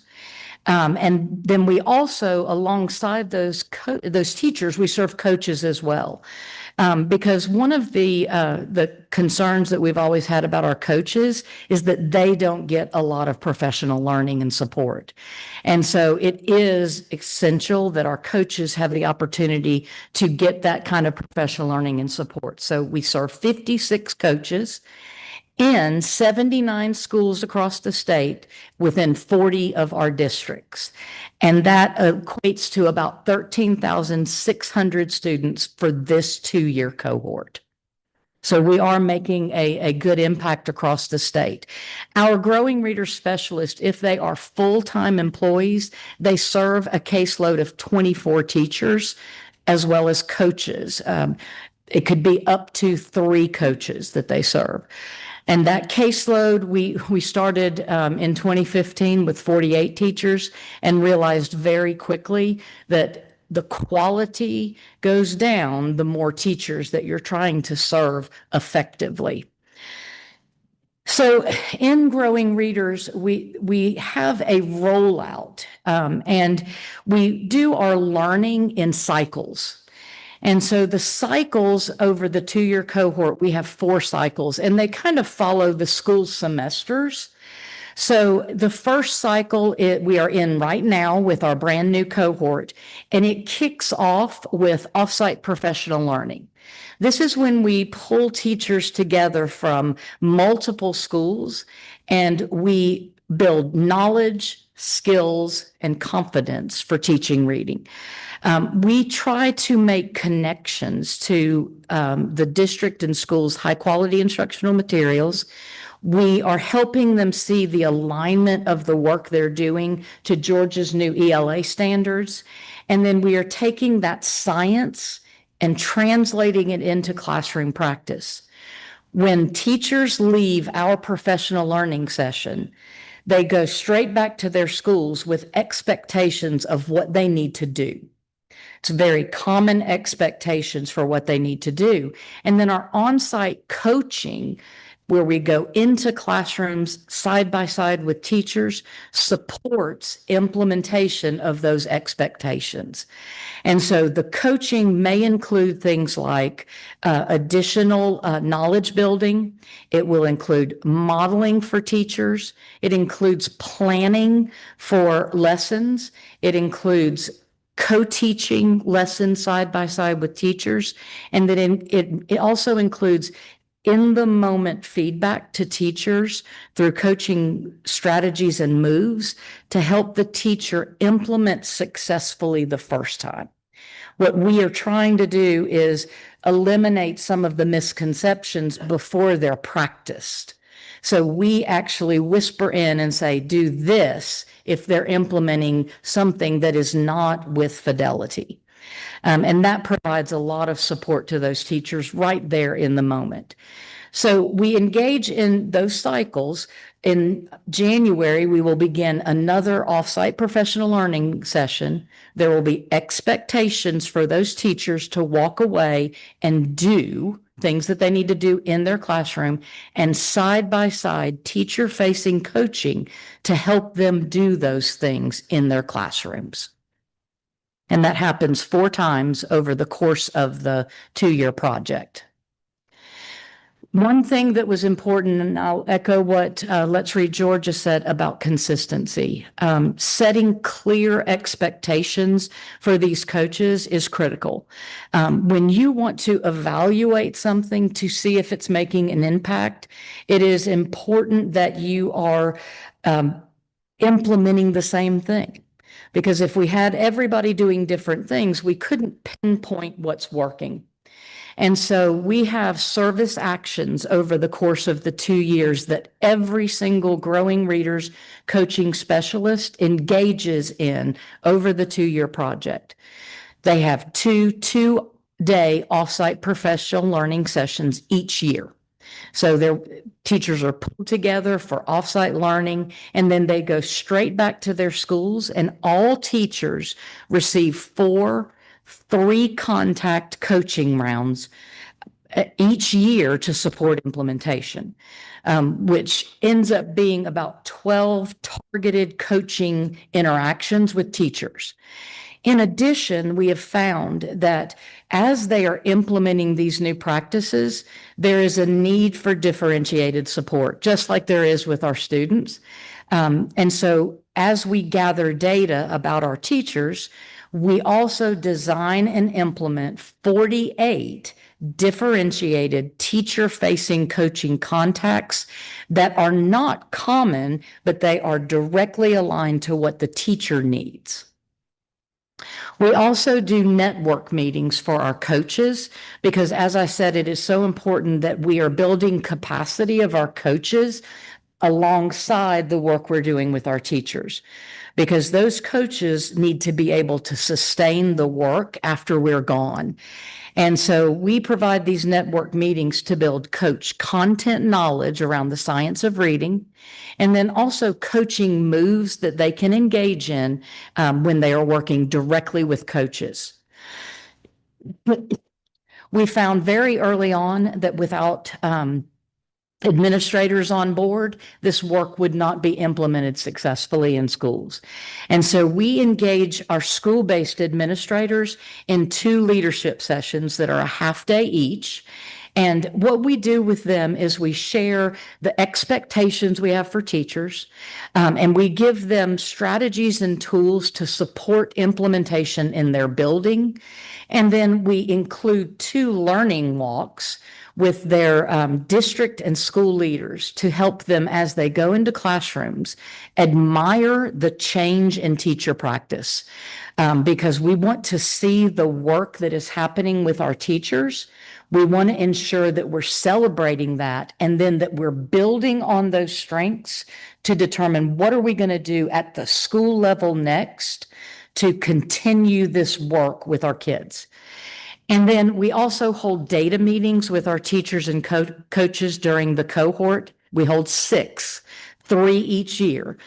We look at our universal screener data. We look at the diagnostic data that teachers have, and we help them establish goals for their students and goals for their classrooms.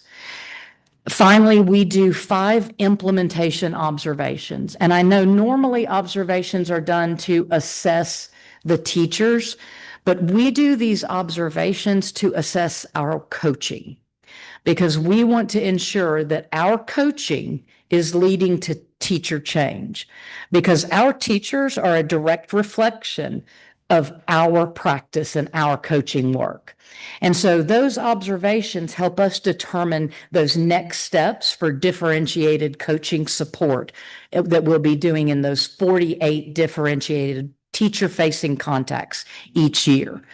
So they have a very, very, very busy schedule that is really focused on as much time as possible that we are sitting side by side with teachers doing the work.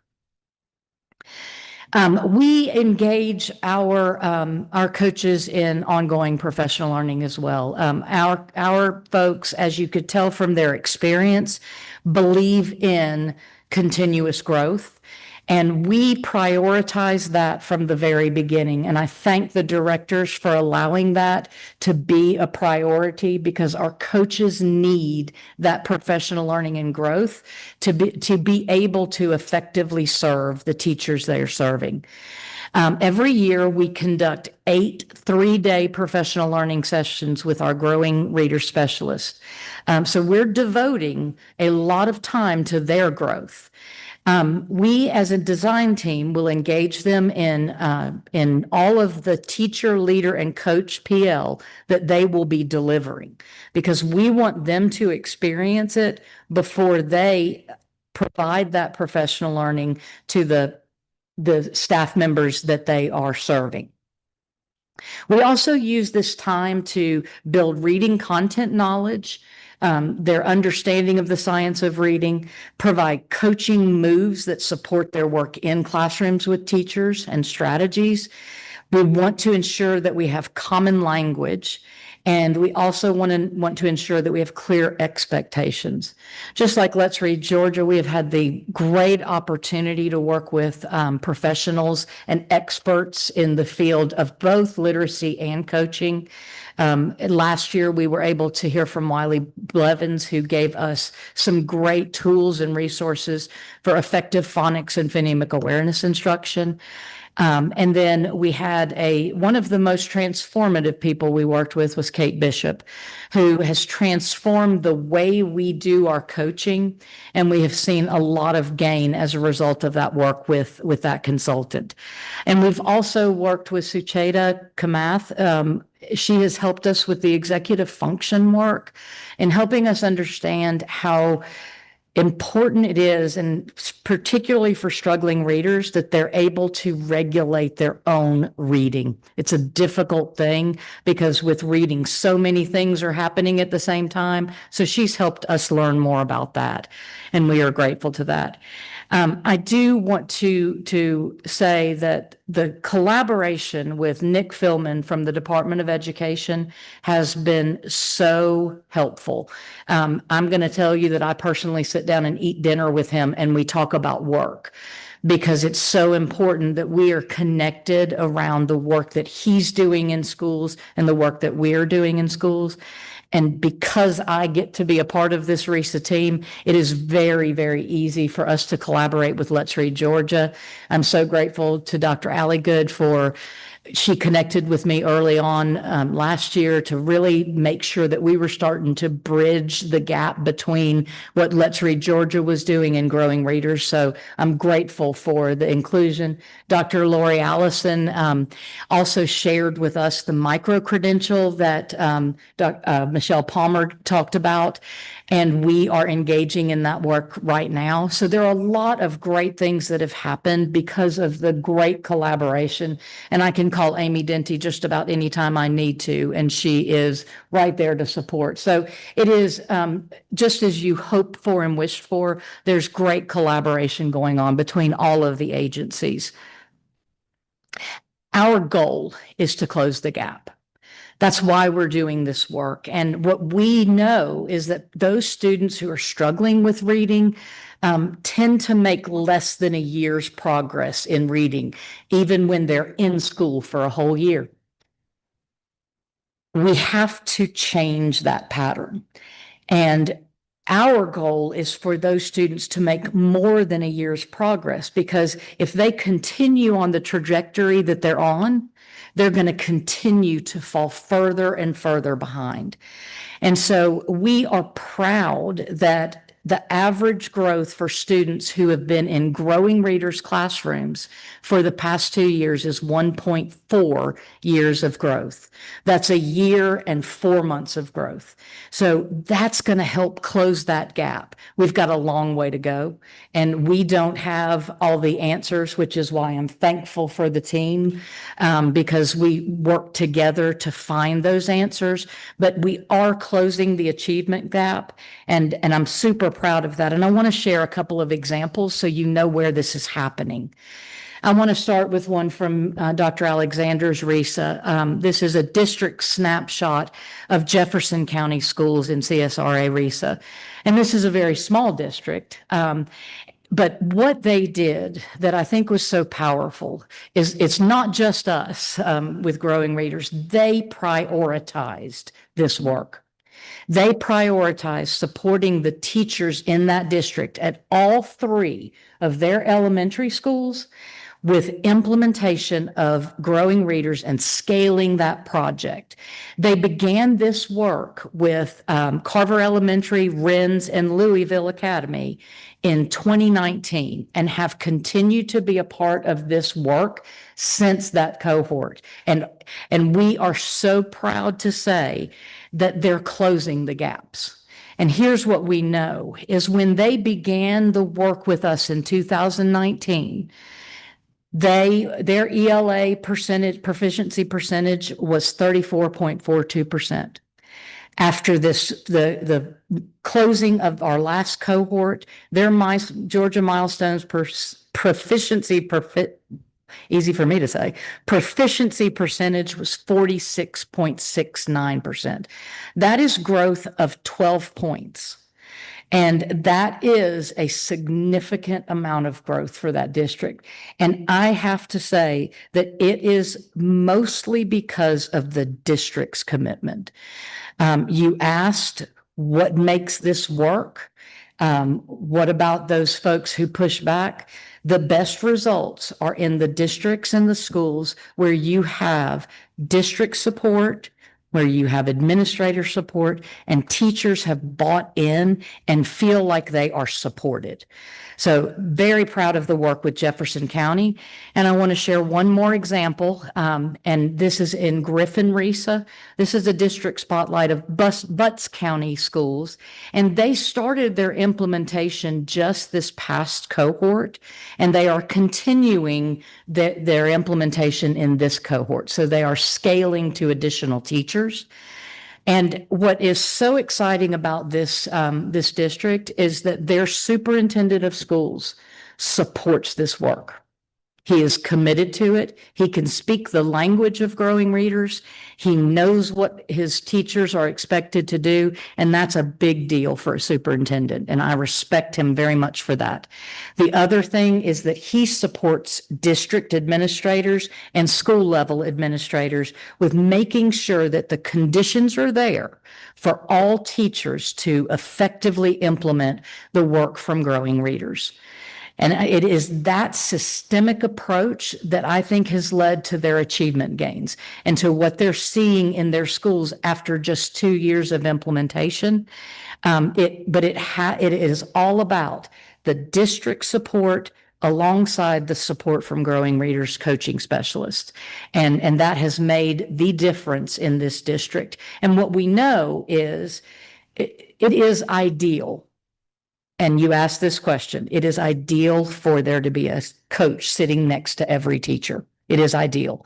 But our coaches are not there every single day with these teachers. We have a specific number of contacts, and we're still making gains because of the systematic and systemic approach that is occurring in our work.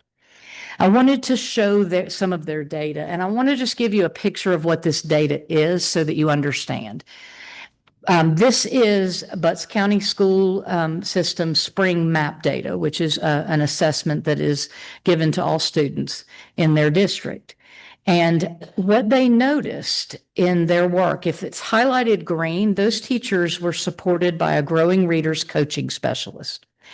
And in kindergarten and first grade, as an example, what they noticed is that a growing readers teachers who had been served by the specialist were scoring above the national grade level mean, as well as the district grade level mean in kindergarten.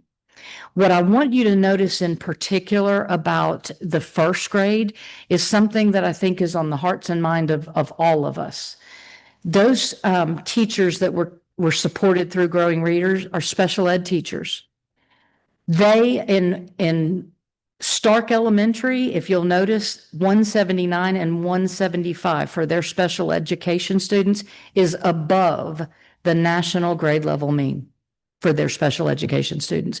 That's something to be proud of. They are closing that achievement gap.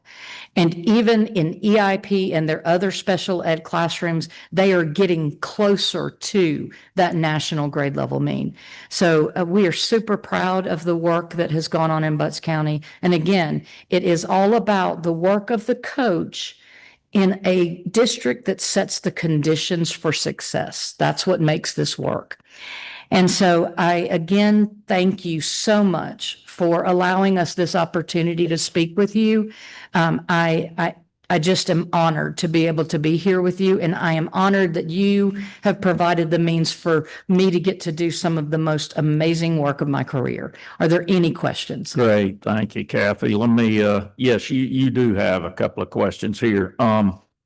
Did I get it right? Your coaches are working with over 13,000 students? That's correct. Yes, sir. And what grades does that cover? That is, we work with kindergarten through fifth grade. Fifth grade. There you go. Yes, sir. Okay. All right, we'll jump to questions. Number 6, I believe you were first to Thank you, push. Mr. Chairman. Representative Townsend. You really touched on the very last point of the question I was going to ask about. Do you have the subgroup data? And are you using that to make sure you guide yourselves correctly or effectively so you don't do it in one area or the other? Absolutely. Yes, sir. And I think it's so important that we also, and I did not include this, so I'm glad you asked. We include within our growing reader specialist meetings, when we come together for learning, we look at data. We look at everything from our evaluation, professional learning evaluation data, all the way down to the student level data. And we look for those particular trends because that is something that we're really, really hyper aware of, is we want to get those students who have traditionally been underperforming. We want to close that gap for them. Yes, sir. When you're speaking special ed, what part of that, how far do you go regarding the kids' ability? I know LD kids, of course, eventually they should be meeting the bar. Those kids can meet the bar. But what about the ones who are more severe, profound, or moderate disabled? Do they count in these numbers, or? That's a great question. When we began this work, we were serving the teacher of record, which means we were serving classroom teachers. We then found through our data that we needed to get some EIP teachers involved, some special education teachers involved. And so although we do not serve those in the most profound, we serve special education teachers who are either push in or pull out with small groups in not in the profoundly, but in other areas. Any All other right. questions? Yes, we got a few more. Kathy, Representative Hilton. Mr. Chairman, we have here. Oh, You're good. You're good. You're good. You're good. thank you. You're coaching existing teachers. Are you finding new teachers to the industry? Do they hopefully they're getting the coaching during their education. So do they come in coached up, ready to go, or? I think I'm just going to tell you my honest answer, which I think you'll appreciate. I don't think that there is any amount of time that we could have teachers in educator preparation that would prepare them to be the professionals they have to be. It is, in other words, 4 years isn't enough, which is why I think the coaching work is so important. I think that colleges and universities are better preparing educators, most definitely, and they're providing a lot of support to those educators. But I think we all, when we get in that classroom and the rubber hits the road, it is very, very challenging. And for me, had I been a beginning teacher with a coach side by side with me, I would have been a much better educator. Can you go back to the Jefferson County milestone slide? Yes, sir. Back one more. I think the previous one. Yeah. This one? Yeah, I was concerned. So you've been at it in Jefferson County since 2019. So about 6 years. So you've gotten those kindergartners that you started with are now 4th, 5th, 6th. The percentage change is good, but it concerns me that more than half are still not proficient. It concerns us too. Yes, sir, it does.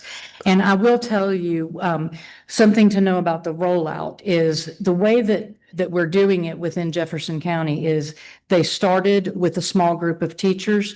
We scaled it to another group of teachers and then scaled it to another group of teachers.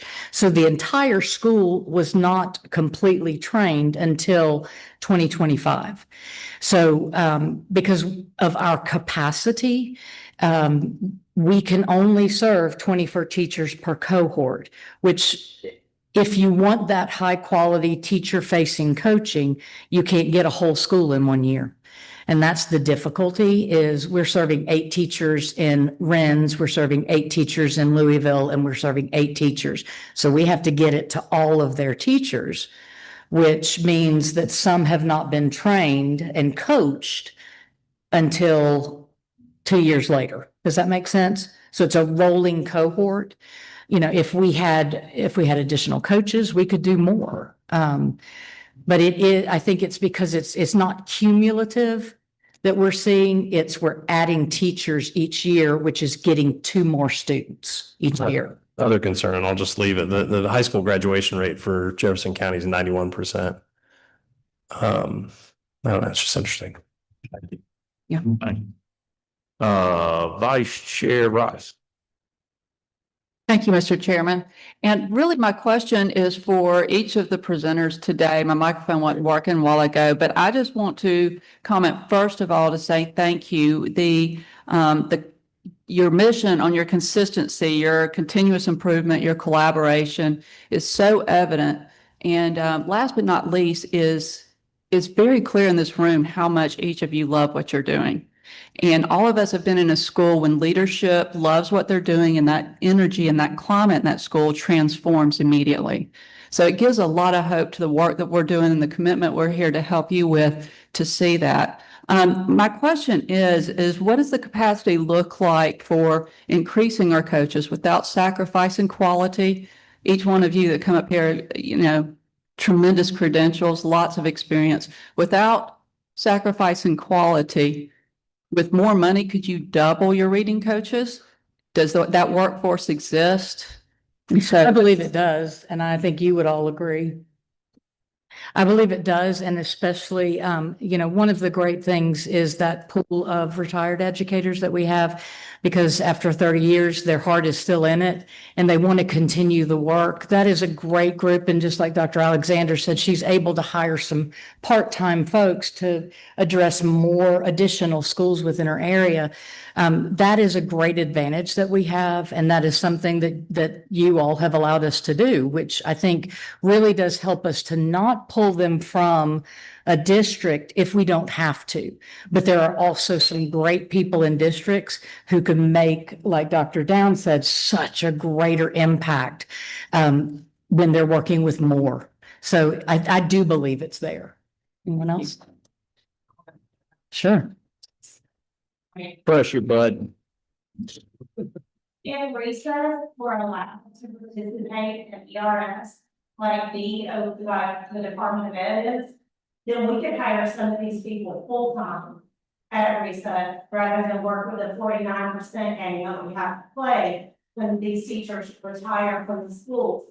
And that bill comes up every few years, and then it just never gets any power behind it because it's just 16 recess. But that's something that you as legislators can really give us some power in our hiring as a reset, and you would allow us to participate in ERS. And also help us in Thank you, Shanna. You through, Vice Chair? Thank you. Great, thank you. We're gonna go with one more. Senator, I believe you're up. Thank you, Mr. Chairman. My question is, from the data that you have, do you have any measure of those kids, because the general probation officer 30 years always, saw the literacy issues, and such a high percentage of my kids as probation kids at 15, 16-year-olds did not ever go to kindergarten. So do you have any data so that we could measure to know where those kids are winding up by the time they get in the 3rd grade that do not go to kindergarten? They just show up on day 1 of 1st grade, and a lot of those kids don't even know their ABCs on the first day of 1st grade. So That's a great point. And what is great is Stacy, working with Stacy, I know you all know her. She has been able to, when she was at the Governor's Office of Student Achievement, managing just the growing readers work, she's been able to collect data with the GTID, a student identification number. And so with a lot of analysis and a lot of work, we could look at something a little more longitudinally so that we could see what's happening, particularly for those who may come in with those circumstances. We have not done that work yet, but it is a great idea, and I think it's something we could do. Stacy?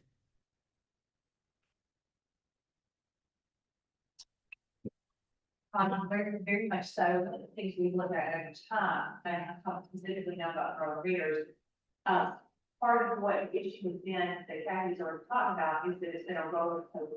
We've only been able to serve a cohort of teachers with 8 teachers at school. So there's not continuity across years. So if the child has a loyalty teacher in kindergarten, not necessarily sure that they will have a loyalty teacher in 1st grade and 2nd grade and 3rd grade. So we lose that continuity over time, so we're not able to say, even within a cohort, simply because we can't mandate at the school level. What we can do now that is extremely powerful, and we are looking very forward to across systems, is the ability to do that kind of analysis, because we're gonna have Springer data, and that Springer data is universal. And so we can actually look at in-year progress and in-year impact of teachers. And we can say things like, in a classroom that has a coach, this is the in-year growth that we see versus in a classroom not coach, whether that is in a school level cohort system like the CSI coach, where we could say, here's a demographically similar school that's not a CSI school, we do not have a dedicated coach. What's the difference in the impact of this in terms of student growth? That gives us then also the ability not to have a work-based system where we don't look at children, different children year to year. We're looking at same children and the same kind of growth in year to year. So we could say, this child grew this much, I use it in age. On average, a child in the 1 year's classroom, based on historic data, growing 1 year in employment growth. That child's trajectory is jumping. So what happens in the next year when that child is in a employment classroom? If the trajectory flattens, we know that child hasn't necessarily lost more, but that child isn't growing sufficiently to get that right. So we have the ability to this universal Springer data, because we can look in-year child by child with the GTID, and we can track it. So the potential is there based on the data that's now like for all three systems. And in different passages, like the CSI, the school match, the growing readers that would be in school, the teacher match, and the let's like Georgia coaches, it would have to be able to look at where we have, because of different services. Different service levels, different service application. We could say in these classrooms, we have that kind of in classroom touch versus not in classroom touch. So give us this year and next year to get some comparative data on that. Senator, you got double teamed on that answer. All right, Kathy, thank you very much. Appreciate your efforts, and thank you for being willing to come communicate with us about this and being a big part of these children learn to read. Thank you so much. We're gonna keep moving on. We're gonna give you the adequate time, Amy, I'll tell you that, but we're gonna ask you also to move quick. We have Amy Denty and Superintendent Woods. I believe you were gonna come up with her for a time here, but we'll turn it over to you two for the exact same presentation about our CSI. And I know, Amy, you're playing fill-in some and double duty today. Yeah, well, again, appreciate Chairman Irwin, Chairman Hickman, and again, all the members of the General Assembly. I think what you found out today that we're talking about literacy, but this is a comprehensive approach that if we are to see, advances in literacy, I think listening to Dr. Barrow's report, we got to have great teachers. We got to have great leaders. One of the things that I'm proud to say is that within the Department of Education, we had to have great standards. And now we're rolling out our new literacy ELA standards this year. That's been roughly about a 10-year battle to get that. Within these standards, we do actually have the science of reading. We talk about phonics. We talk about phonemic awareness. All the things that we knew would mean something is now in place. Also, once we begin to look at the data and again look at this with our CSI approach, that is basically the Mississippi model. It is what you talked about, having coaches inside or at the schools. This was done in collaboration with Dr. Carrie Wright, again, who I know quite well, was the superintendent of Mississippi at this time. We actually have data that shows we've been in there, and this past year saw anywhere from a 15 to 29% increase in growth. So I'm not going to take Amy's thunder, because again, because at the end of the day, we had to find the right leader to make every student a reader in the state of Georgia, and that's Miss Amy Denty. So Amy, we'll let you come up. All right. Thank you, Superintendent. Am I able to get to? Okay, I can probably pull it. Yes, oh, that's not mine. Oh, okay, sorry, that's okay. This one. The one, yes, that one. Let's do the PowerPoint version. No, that's not me.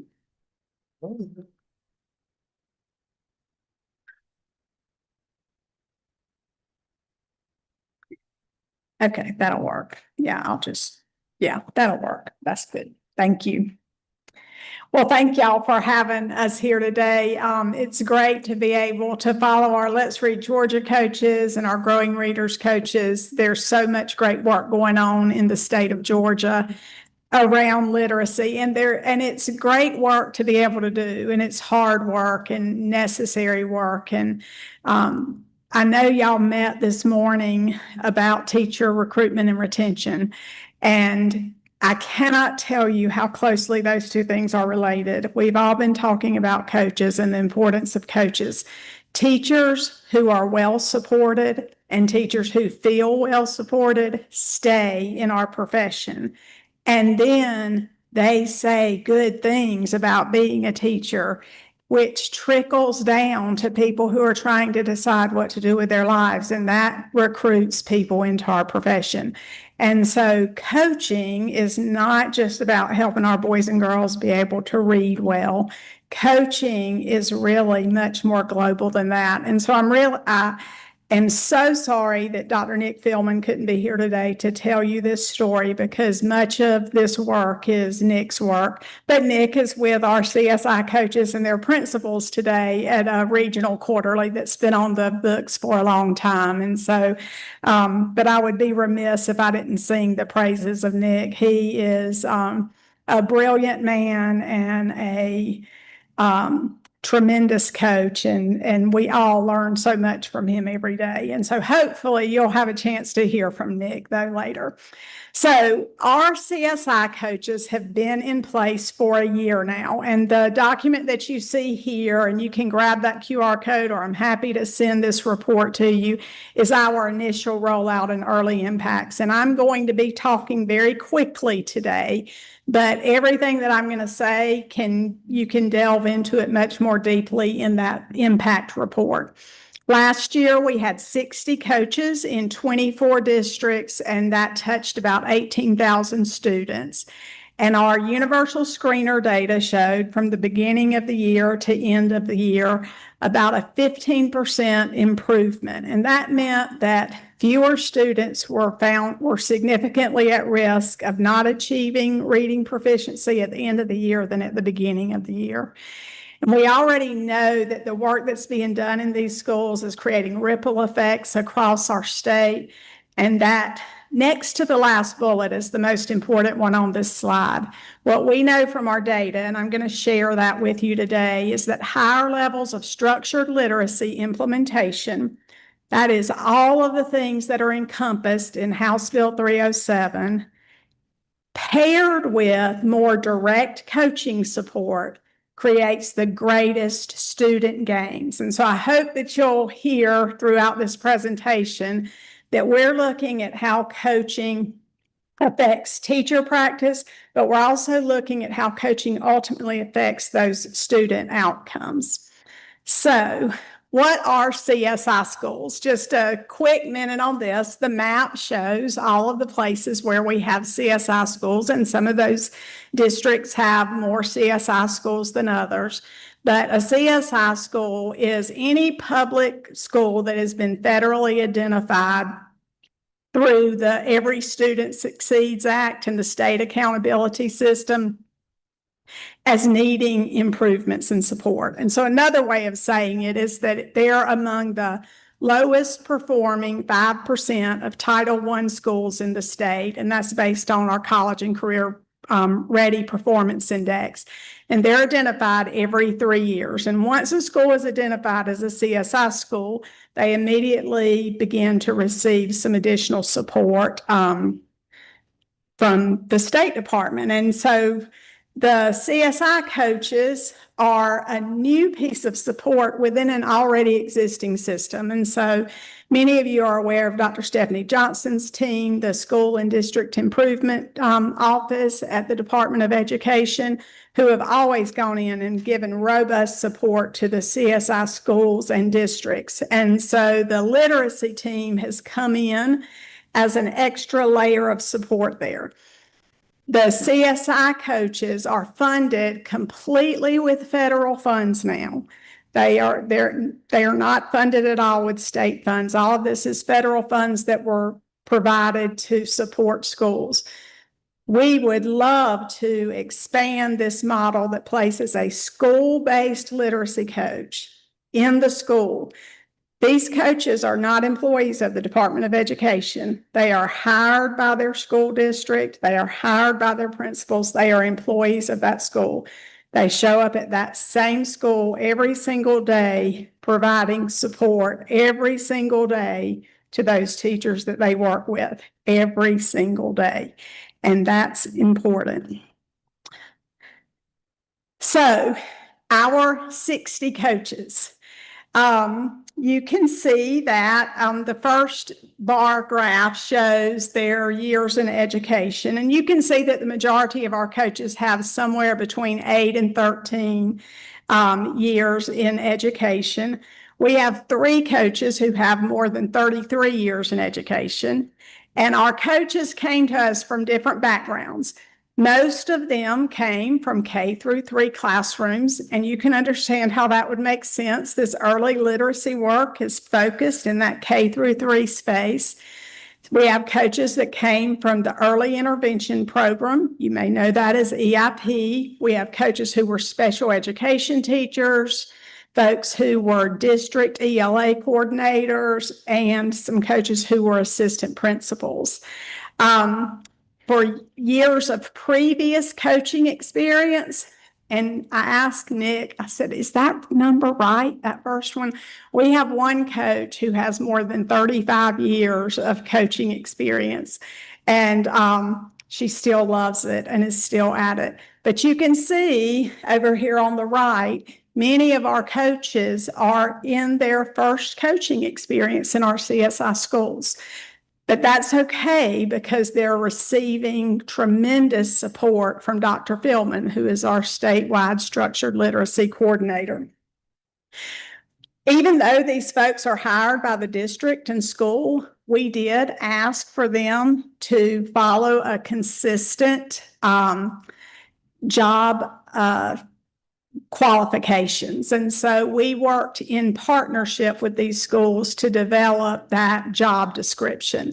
And so we did ask that the people that they hired come with some sort of advanced literacy training and coaching training. And so you can see there that the literacy training ranged from lots of different things. You've heard many of these things mentioned already today, and they also have a variety of different coaching trainings. But we continue to support these coaches with continued professional learning. We kind of have 2 pillars here. We have a knowledge building pillar, and we also have a pillar of tiered support and collaboration. And so last year, our knowledge building pillar really focused on a model called student-focused coaching.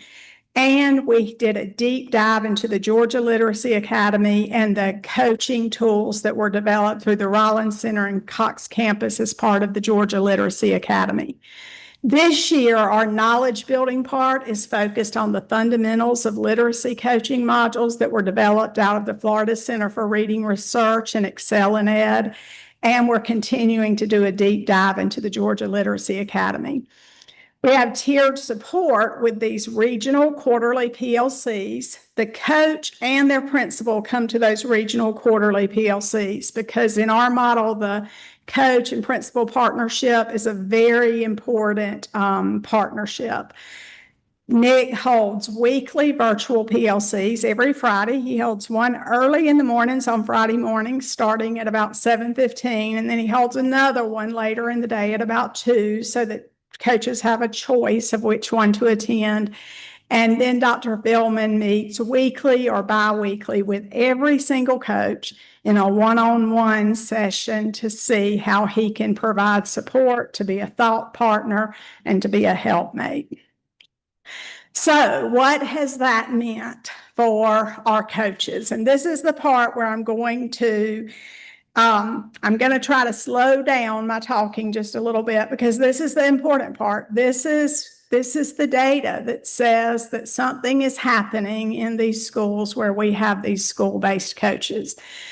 So we ask coaches to report to us about how they're spending their time. And we've divided those things into these 5 groups that you see here. 2 of these are very direct support. And so one of those we call classroom. And so I want you to think about a coach going in and modeling a lesson or co-teaching a lesson or doing an observation because she and the teacher have talked about something that the teacher wants to work on and the teacher wants feedback. So that's side-by-side in classroom coaching that happens. That's direct support. The second way of direct support is leading, and that may be leading a professional learning community. So all of the second grade teachers are coming together during one of their planning times, and they're going to do some lesson planning, and that coach may be facilitating that professional learning community. They may be coming together to score some writing samples. The coach may facilitate that. Again, side-by-side direct coaching support.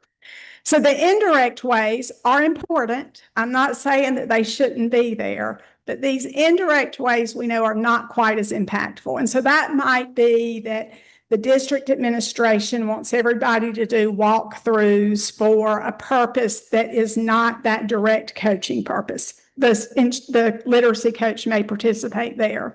The literacy coach may attend meetings or other kinds of trainings that are taking her out of those teachers' classrooms.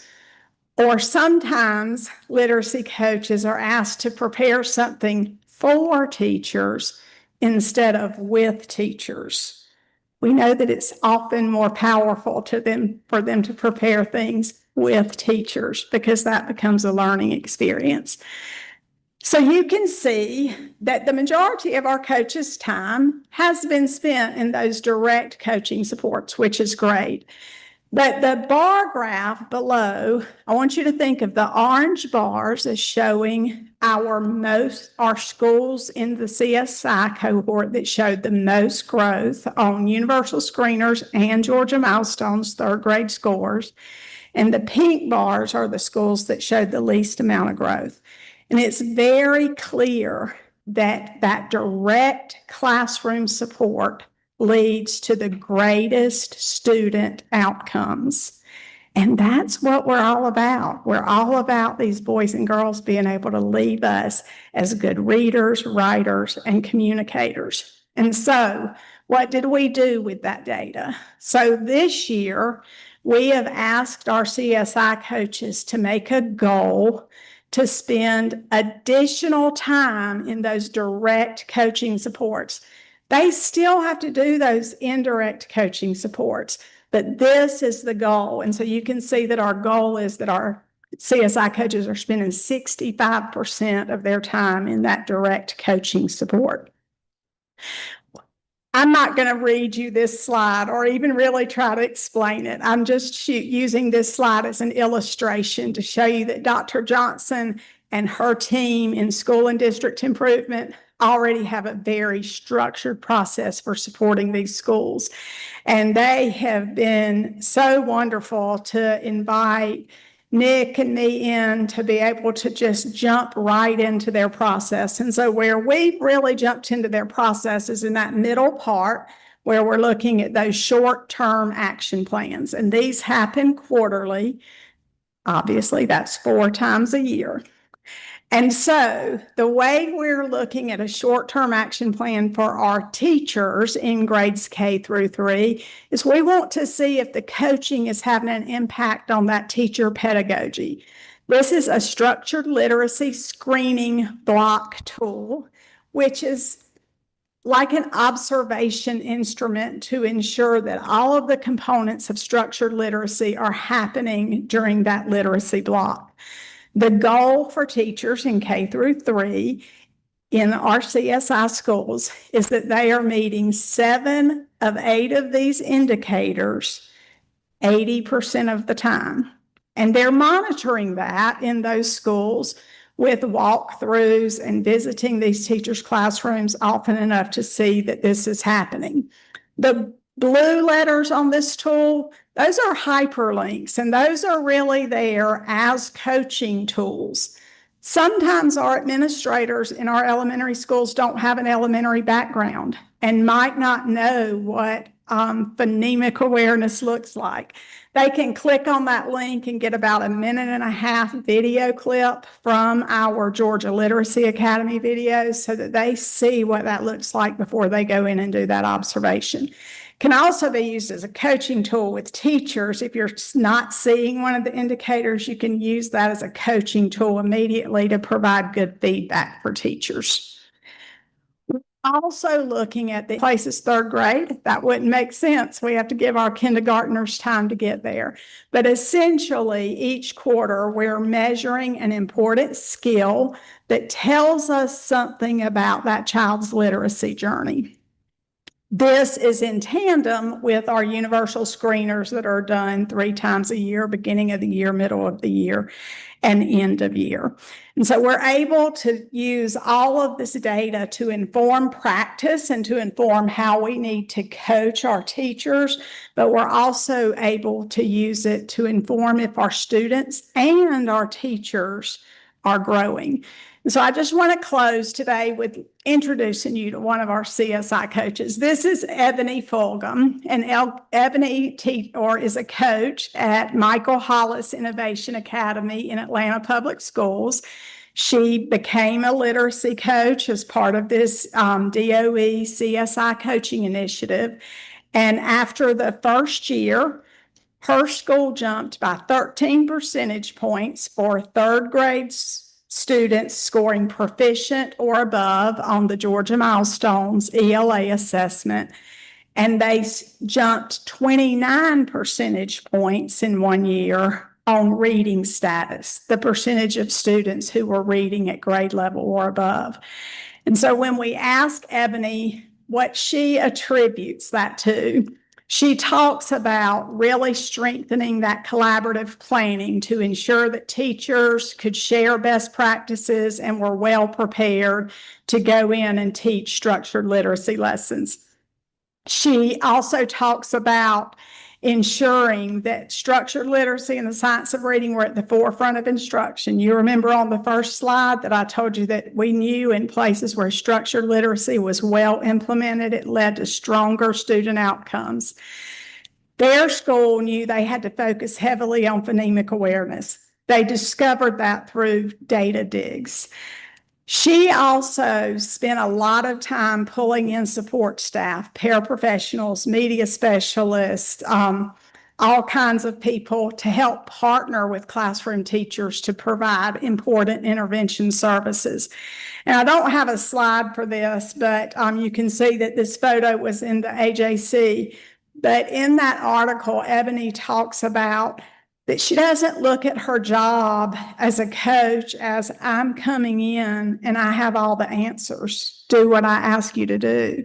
She talks about coming in and walking side by side with the teachers as a thought partner, being able to help figure out what needs to happen and really be a partner for those teachers so that they can do the very best work possible and make good things happen for their boys and girls. Nick and I are always available to you. If you have questions, you can always give us a call or shoot us an email and we will respond to you. Because it's important for us to prepare all students for life. And that starts in the very early grades with our kindergarten through 3rd grade students, making sure they have the best opportunity to become good readers, writers, and communicators for our state. Fantastic. As y'all can tell, we've got a rock star right here. Superintendent Woods, hang on to her, okay?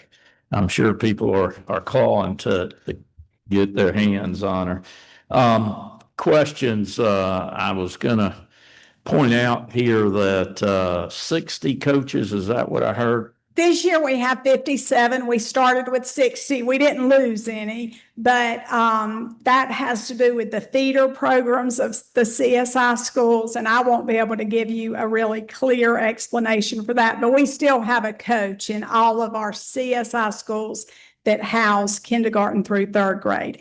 We also had a school that is no longer a school that became a program. And so there are little things like Okay, that. with those 50 plus coaches, how many changed over this past year? Do you have any?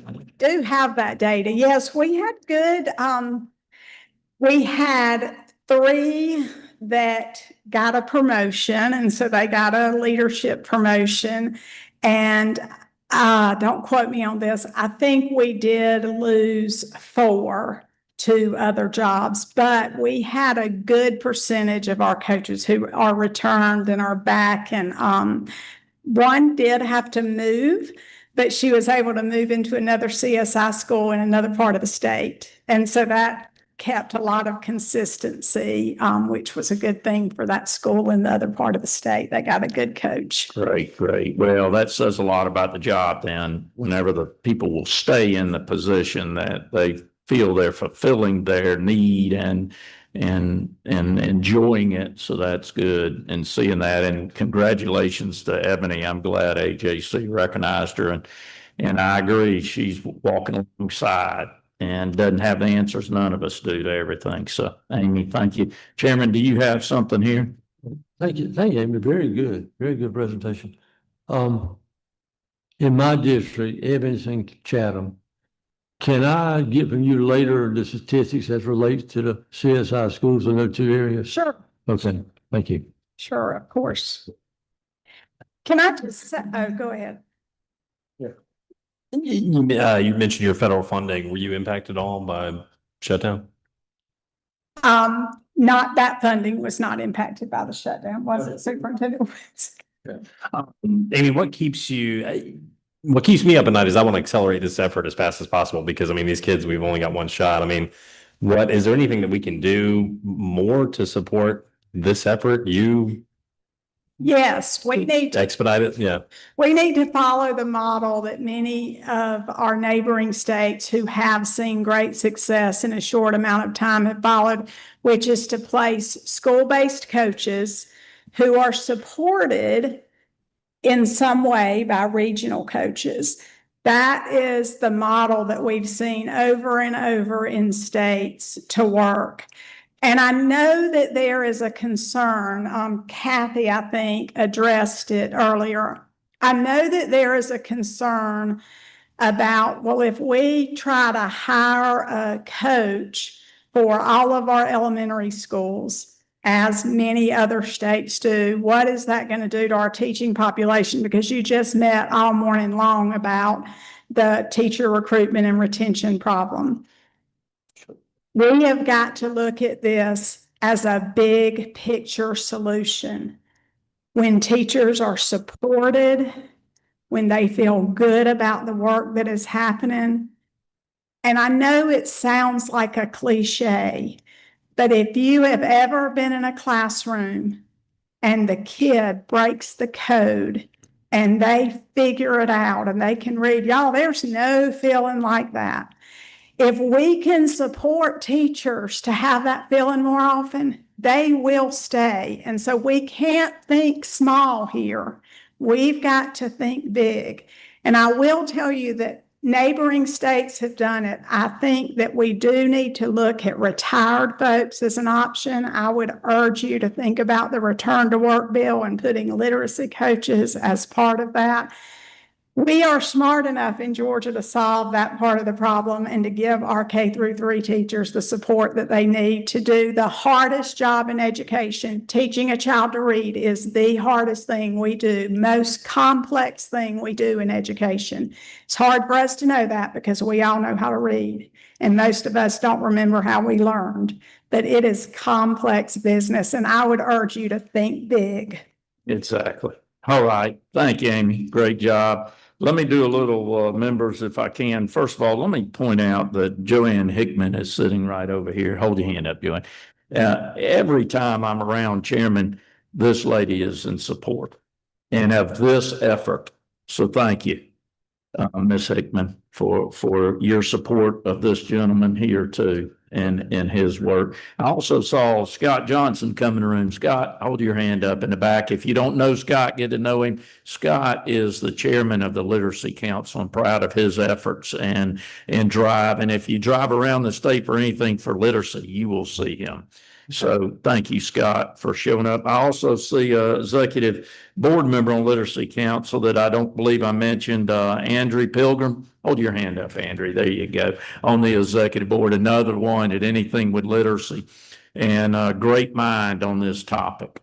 What we'll do is the directors and leaders of coaches, I think what I've seen that you've done this year is you've tightened the rope on the main sail. And if you know about tight ropes on main sail, we're going to pick up pace and good things are going to happen. We're going to get to the destination that we're trying to get to in a fast way. So thank you for tightening the rope on the main sail. Be safe going home. It is Friday afternoon. Look forward to maybe those Bulldogs pulling off a win tomorrow. So go Dogs. See you later.